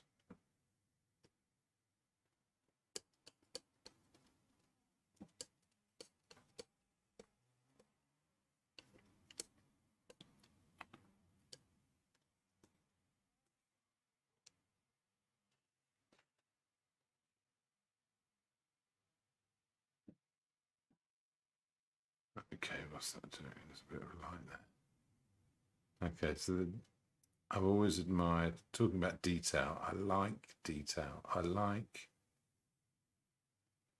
for people to sort of, to be able to describe, you know, at some length what it is that what I'm trying to share with the world. But yeah, brevity is a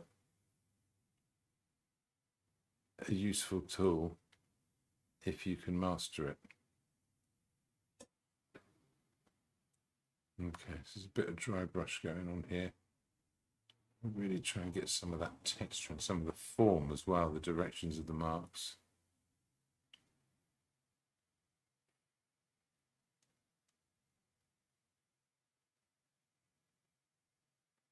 I'll get some extra lights on afterwards.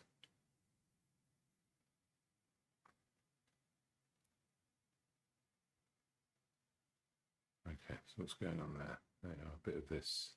So I want it to feel sort of crumbly and breadish. Yeah, that works. And I can probably use a bit of that in this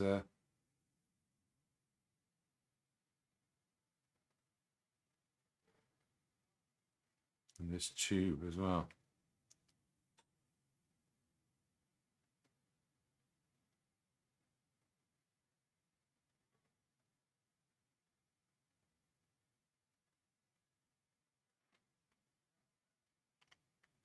Yeah, so there's, if you do every detail, you're kind of robbing the viewer the chance to participate.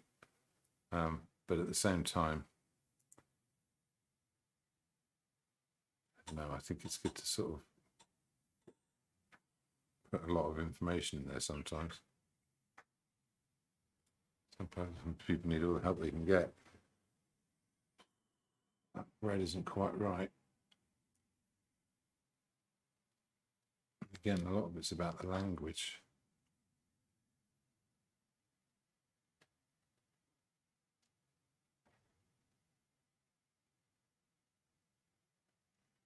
Anywhere this colour goes, doesn't really go in there.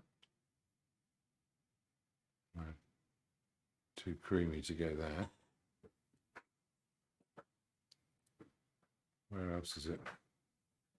No, too neutral to go into that foreground. It sort of works along there.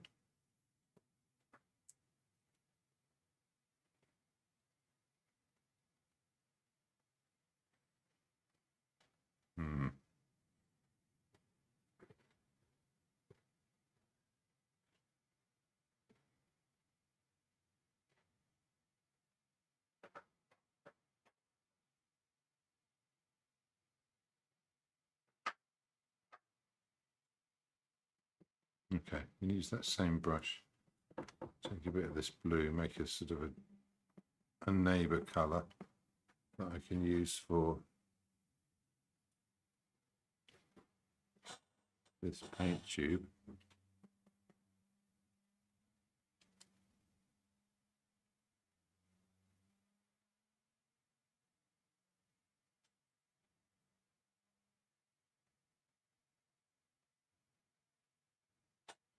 Sarah Cook's just come on board. It says evening, late to the party, but hoping that's not dinner tonight. Enjoying watching this come together. Now that's a detail that helps. That little line there. There's also this little shape here, which I'll put in, and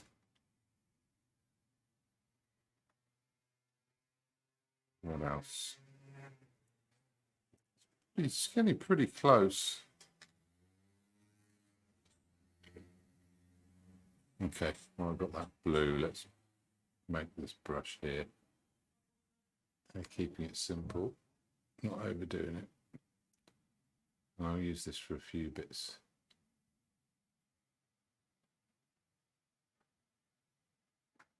Including that there.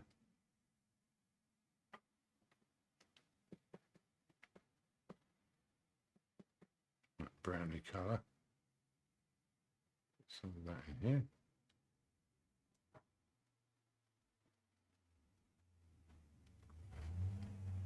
Right, now I can go in with some lights. I'm not going to use a really strong light for the highlights on the brushes. Just going to put a few bits and pieces on. Like that. Like this. I want it to sit in the background, so it's not going to compete with the foreground for the light bits. That'll do for that. Okay, and well, let's get a peachy one for the little leathery round bit on the mole stick.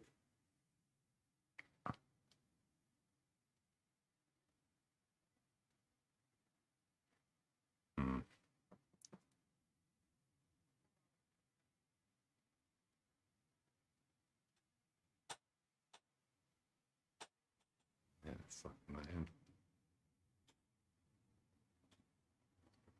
in.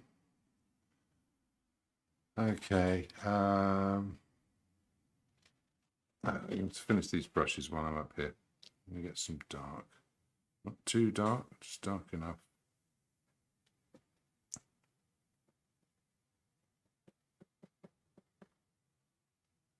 Okay, let's put some redder. Not redder.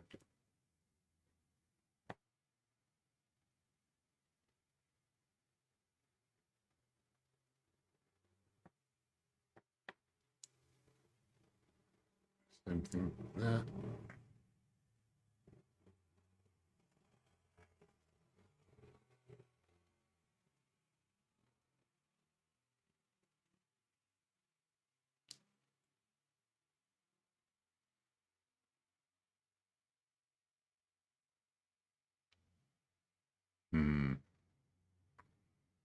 Fiddling now.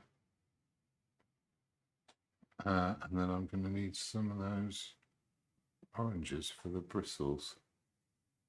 You're going to have a sort of a highlight quality there. Just a few little bits sneaking down, maybe even redder than that.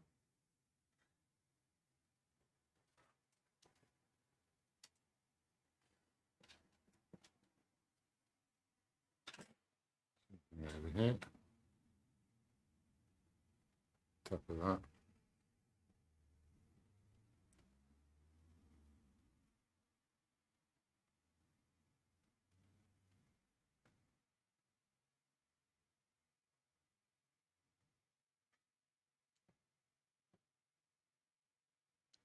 Okay.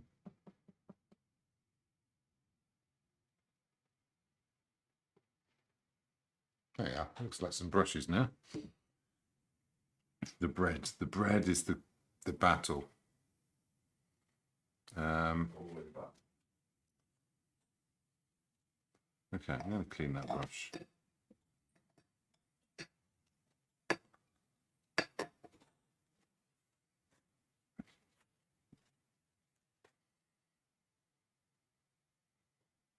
I'm going with some thicker paint.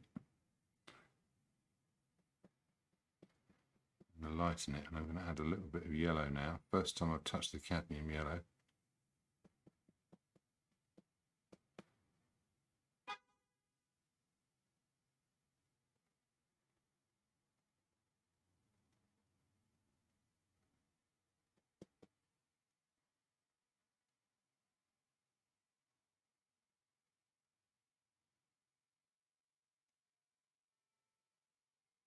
Now, a few highlights on the top of that.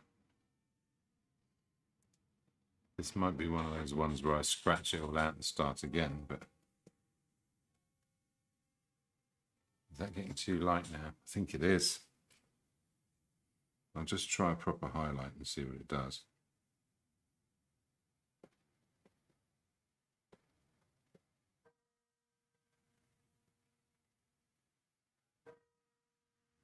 Oh, that sits up pretty nicely, doesn't it?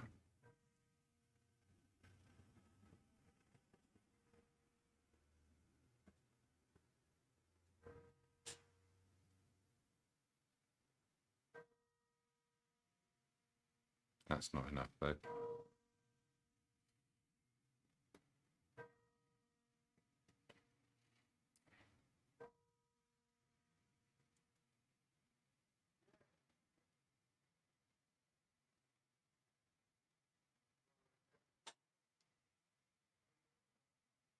Yeah, it's looking dusty though.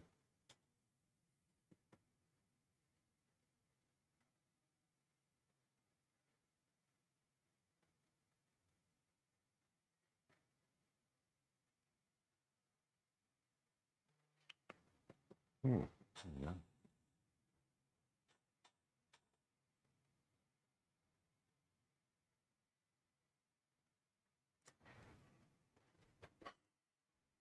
Actually, no, maybe that was okay. Let's break that in a bit. Have you noticed that the camera hasn't switched itself off yet? Mm. Maybe it's broken.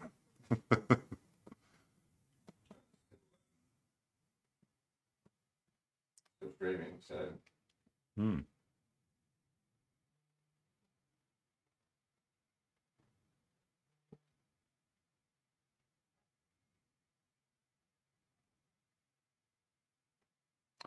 You know what's really interesting is I'm seeing greenness here. Seeing quite a lot of greenness in these lights here. I'm going to put some of it in. Is that getting bready yet?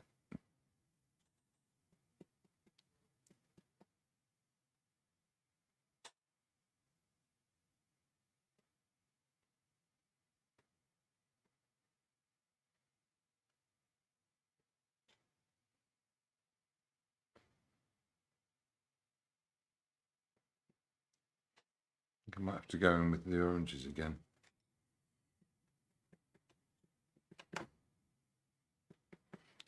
These shadow colours. What's that doing? These sort of crummy bits.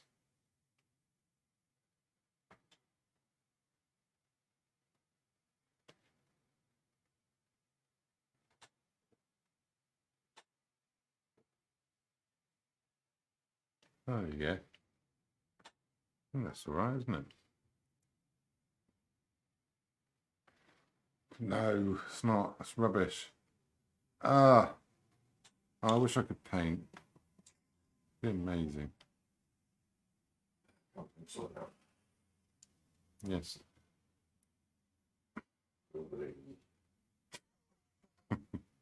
I feel like I'm Rocky Balboa or something.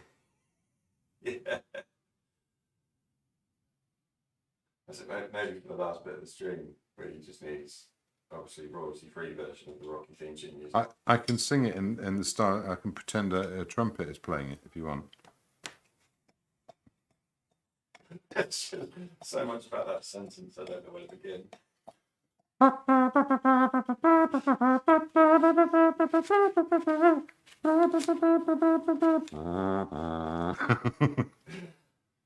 Everybody together. All together now. Da, da, da, da, da. Change key.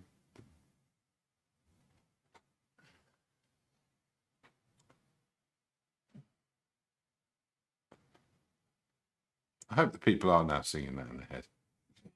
That's it. It's the earworm for the next. I'm already onto the guitar solo in mine, so not mucking about.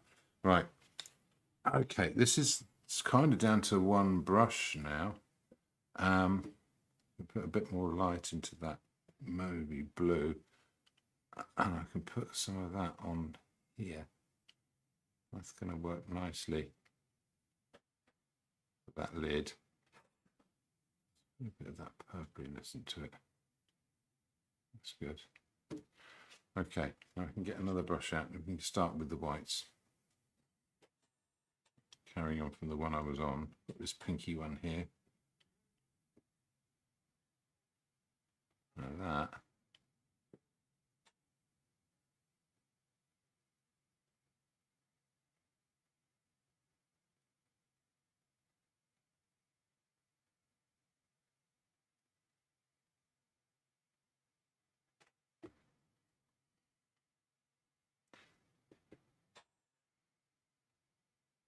Should appear as a lid. So Sarah Cook has asked, with oils, would you ever use a sponge to change the texture of the bread, for example? No. I mean, there's nothing to say you can't use other tools, and I do from time to time. But I think the tricky thing is, I think if you use different things to make different textures, you kind of got to keep that consistent across the image. If it was just one up, if I just did it for the bread, and then didn't for anything else, it would look odd. It would be incongruous. That's the word I'm going to use. You need to say that in a sort of posh artist speak. Incongruous. How about that? You can tell I went to art school, can't you? That's what they teach you. Yeah, well, you just get to listen to that crap a lot of the time.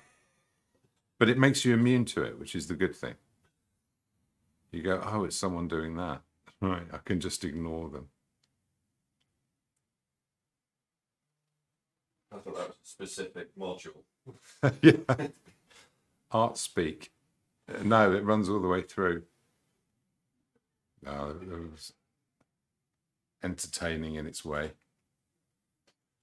I can reshape that lid when I come back to these other colours, but in the meantime, there's more light in here.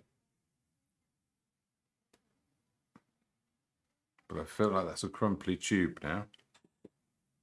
A bit more here. Emma's message to say she'd just like to remind James that she was the one that suggested bread when he was asking for ideas last week. Yes, this is all Emma's idea. So if you hate this, it's absolutely not my fault. Emma made me do it, and here I am. I mean, I'm stuck with it now. It's too late to change. I'm really sorry, everybody, but well, we can start again. We're only an hour and 45 in. So. Emma insisted, and you know, I'm going to argue with her. Okay, peachy. Ooh, nice. A bit of light in there. Already got a bit in there. That's fine. A bit into that. A lot more in there, and it gets pinker. Now I've got some paint on the surface, I really can start working into it a bit. This is quite fun. Do I use of all of it this evening? I've been most looking forward to seeing how the glass takes shape. Because it's just amazing how you can paint a clear object with a clear liquid inside. Well, know exactly what it is. That's the trick. You don't paint it. You just paint what's happening to the light. Because you know that's the thing. You can't really see glass. You can see reflections. I'm going to put even more red into that.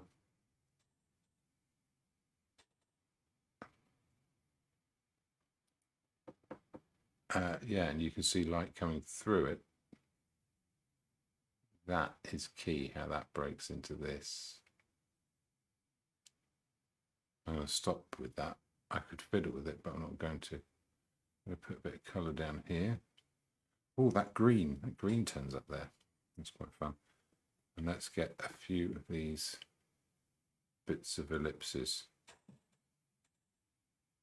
Oh, that's what Sarah actually said, that she was laughing quite a lot. I imagine that was at your Rocky theme tune going on.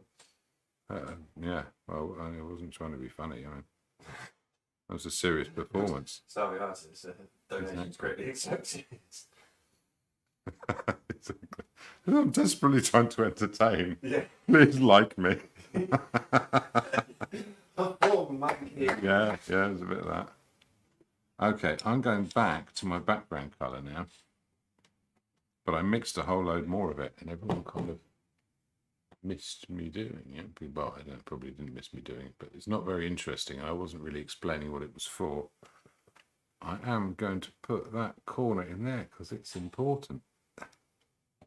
Detail, just where, but only where you need it. That's the danger, is that you can overdo it.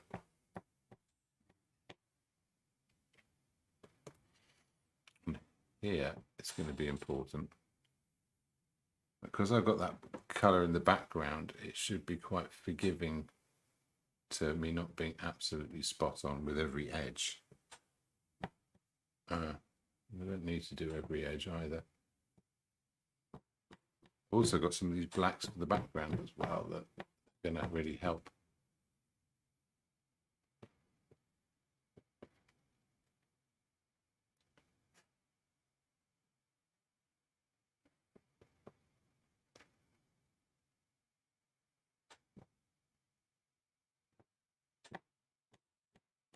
I was going to actually just start with a fanfare, but I got carried away. That's what you experience when you enter a room, isn't it? So Wait, yes, you'd hope so. we should have one set up on the sound system in the shop. Just for when you bring your painting in. That is a great idea. It's not bad, is it? You'd never catch me in time. You never know when I'm coming. See? That's very true. I just appear out of nowhere, like Zebedee in the Magic Roundabout. It's new one, so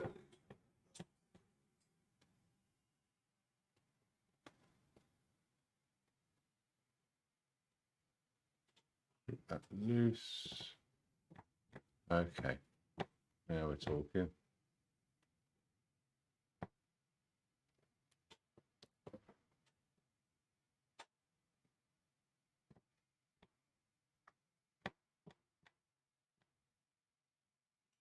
Jennifer, 1:50 in. Okay, what's the time? 9:10. Oh, we got past 9 o'clock. Not too far then.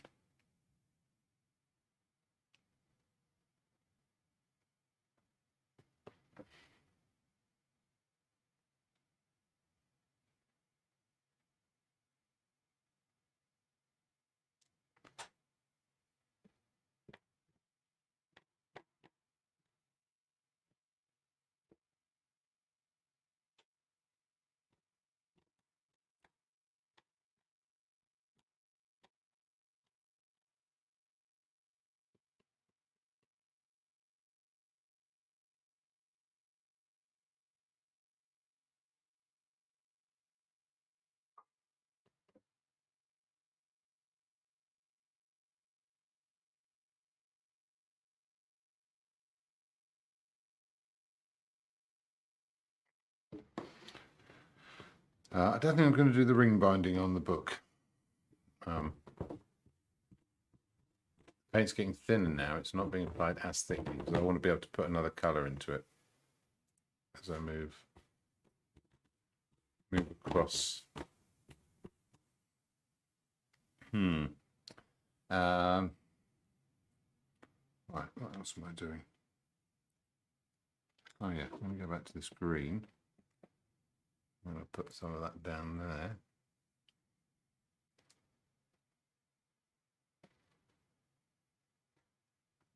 That's good. Put a little bit into these shadows, bit of perceptual mixing. There are bits of greens in there. especially near the edges. Where else is there some green? Oh yeah, in this shadow here, bizarrely, and then I can reshape that lid.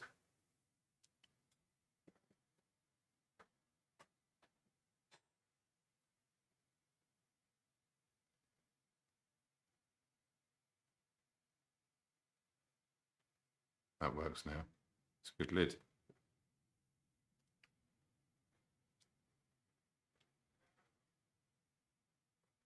Still a few little highlights to go on in a bit, but nothing too much. That's going to tuck into there. A bit in there. There's a bluish bit on the side. No, it's a bit. Oh, there we are. That's brown. It's got a hard edge.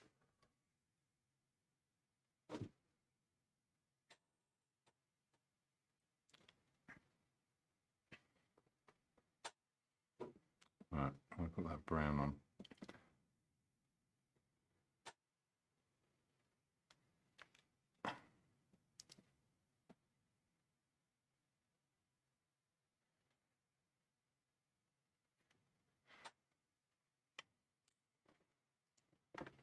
Where I'm going.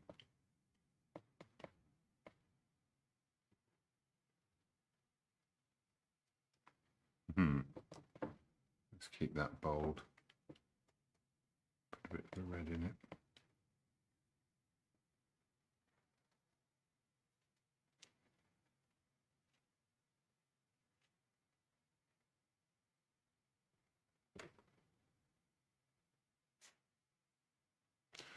Okay, now I've got a strange mix of that background colour and made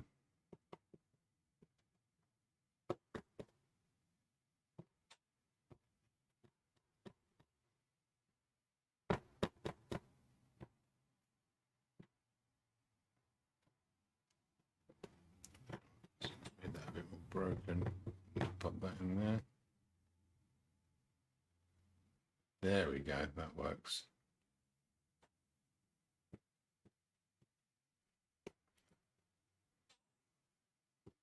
It gets darker inside there and then it gets lighter again. Put that lighter bit in. And then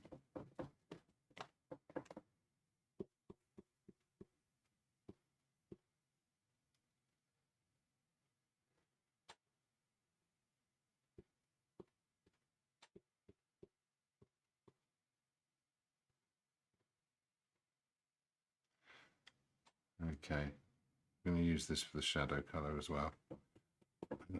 Is it going to go too blue? No, it's going in that nice purpley sort of colour. No, that works a treat. Keep that loose.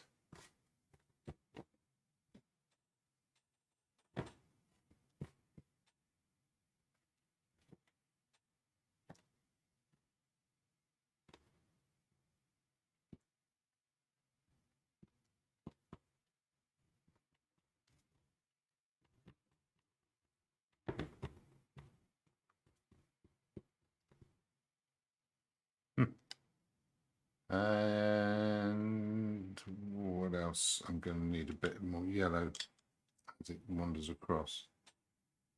I'm taking a risk and chucking a load of cadmium yellow into my original mix. Yeah, let's get that in there. Let's see what this does. I'll be really quite free about this now.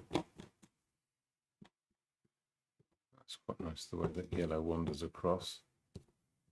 That lump off. Oh, it's coming back.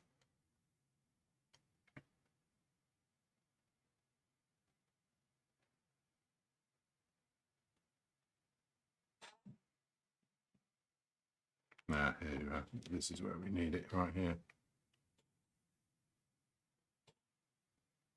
Oh! That was a nice mark. I was pleased with that. But timestamp That felt good. It's the only good bit of the whole thing.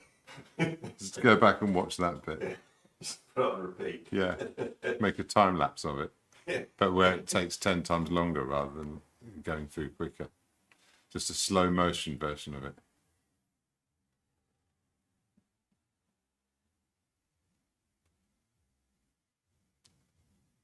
There we are. The last bit, I've got this yellow. Yeah, it's got to get really bright because that light's shining through from the other side. While I'm doing that, I'm sticking with the big brush here. That highlight needs to work better. There's the one at the corner of that. This goes up here.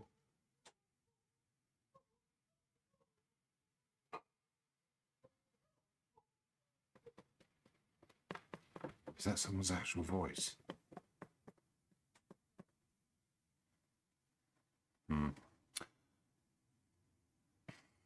Ah, I'm not happy with that bread.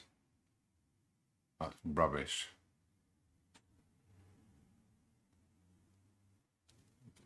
Got some bits of green in there. About some of those edges. Make it look more shadowy.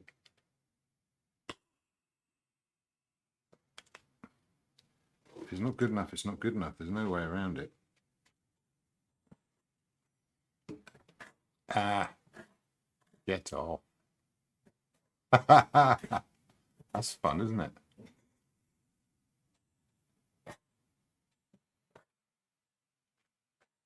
Right, I'm going to do this really simply. And get my shadows and pop them in.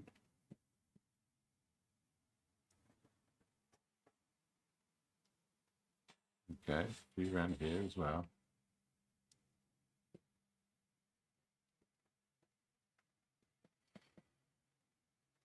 In there. In here. A bit under here. A few sort of directional marks.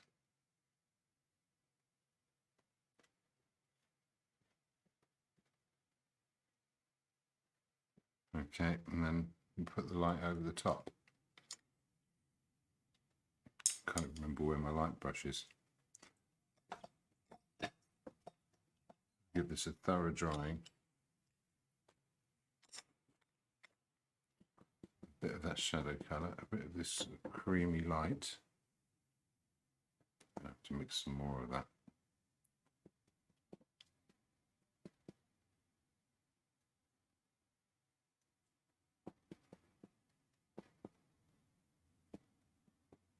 Okay, and there's this particular sort of way the stuff drags.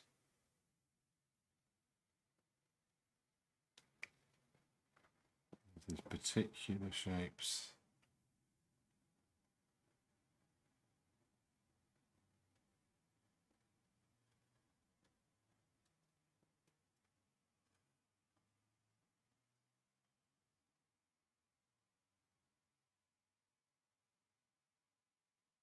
And the same thing here.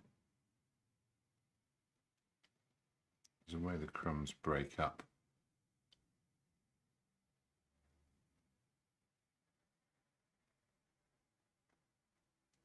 It's a flat area. And this sort of tears across here. Okay, it's looking better already. Da, da. A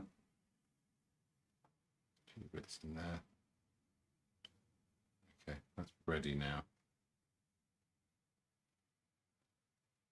And then I can go one lighter. Put in a few highlight bits. It sits out a bit more even. You can get away with. Is it just in time? There's a hair trying to come out.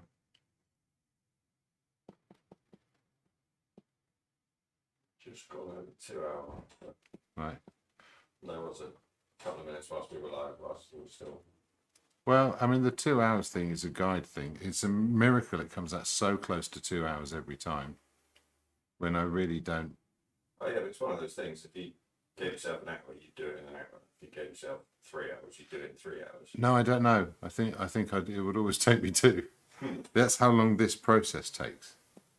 And the process is in charge. And that's the key to it. Right, now we get to the highlights. Proper dump with yellow in there.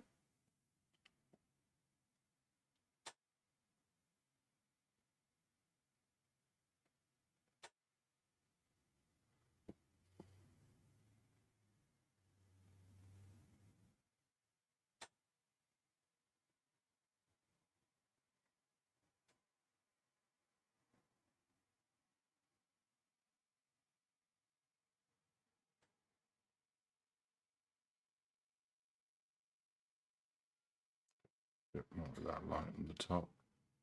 No, I think it's pretty much there. Let's put a few of those shapes in.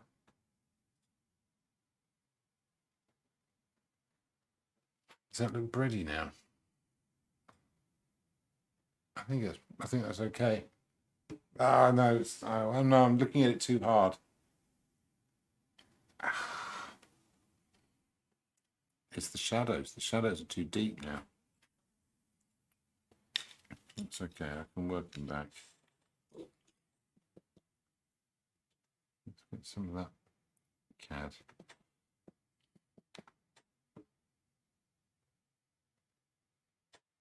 A bit lighter than that even. Let's pull some of that back. That's too much. So subtle.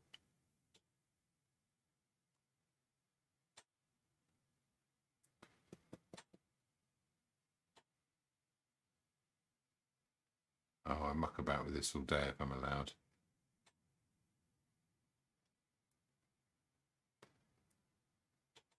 There you are. It's British. I'm annoyed now. What? Because the bread was meant to be better than it is, and no, I'm rubbish. Yeah. You're a starving artist, then, is it? Just a few specular lights.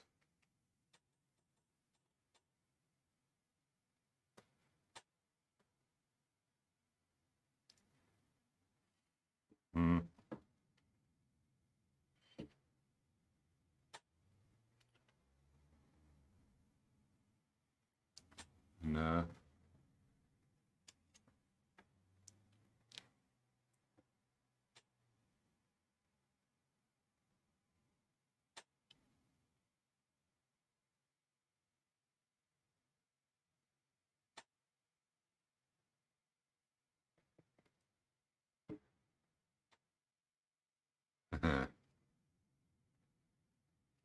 No.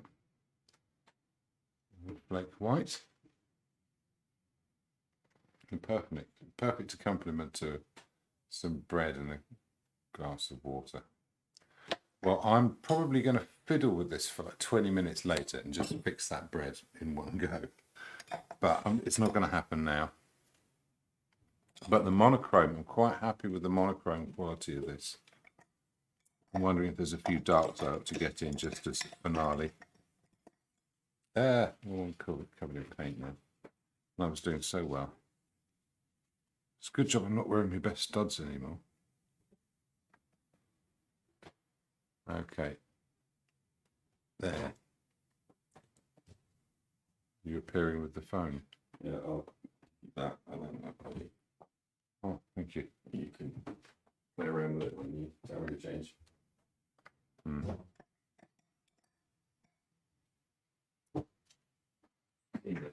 Nobody ever noticed that. Yeah. Tell you what, I'll get this brown again. Make a darker version of it. And that's going to come under here. Oh, that's important. So challenges of this evening, James? Huh? Sounds like the bread was... The bread never quite sort of showed up. Bread never breaded. it's the crumbs. The crust I'm okay with. Crust looks amazing from here. I'm happy with my crust. But the breadiness on the inside, you know what? I've got this, Sarah was saying about using a sponge. Maybe if I splodge it.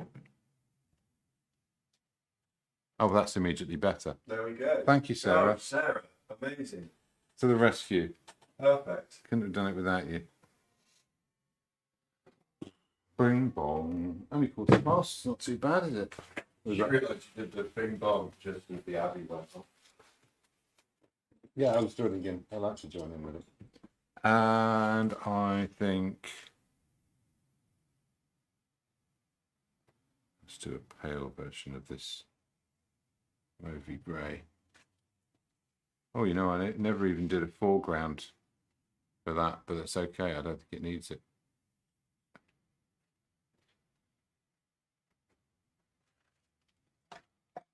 Da, da, da, da, da, da, da. Hey. Well, thank you very much for joining me. And are we going to go to the? Should we go to the phone camera? Yeah, going now. And of course, I can't see what's going on, but if I look over. It's All right, yeah. So let's have a look. So there's my brushes up there, and then there's the glass of water, which is okay. There's the tube of paint.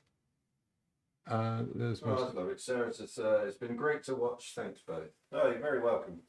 And I don't know when I'm far enough back, but A little bit further and camera up slightly. There we go. Down just a fraction. Yeah, that's it. Amazing. Okay. And there's my subject matter there. And dinner. Exactly. Right. Go back to the other camera, and I'll just straighten up the other camera on it.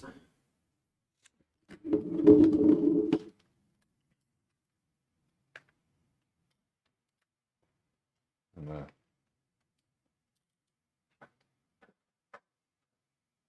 No, perfect. is that okay? Yeah. It could be more central.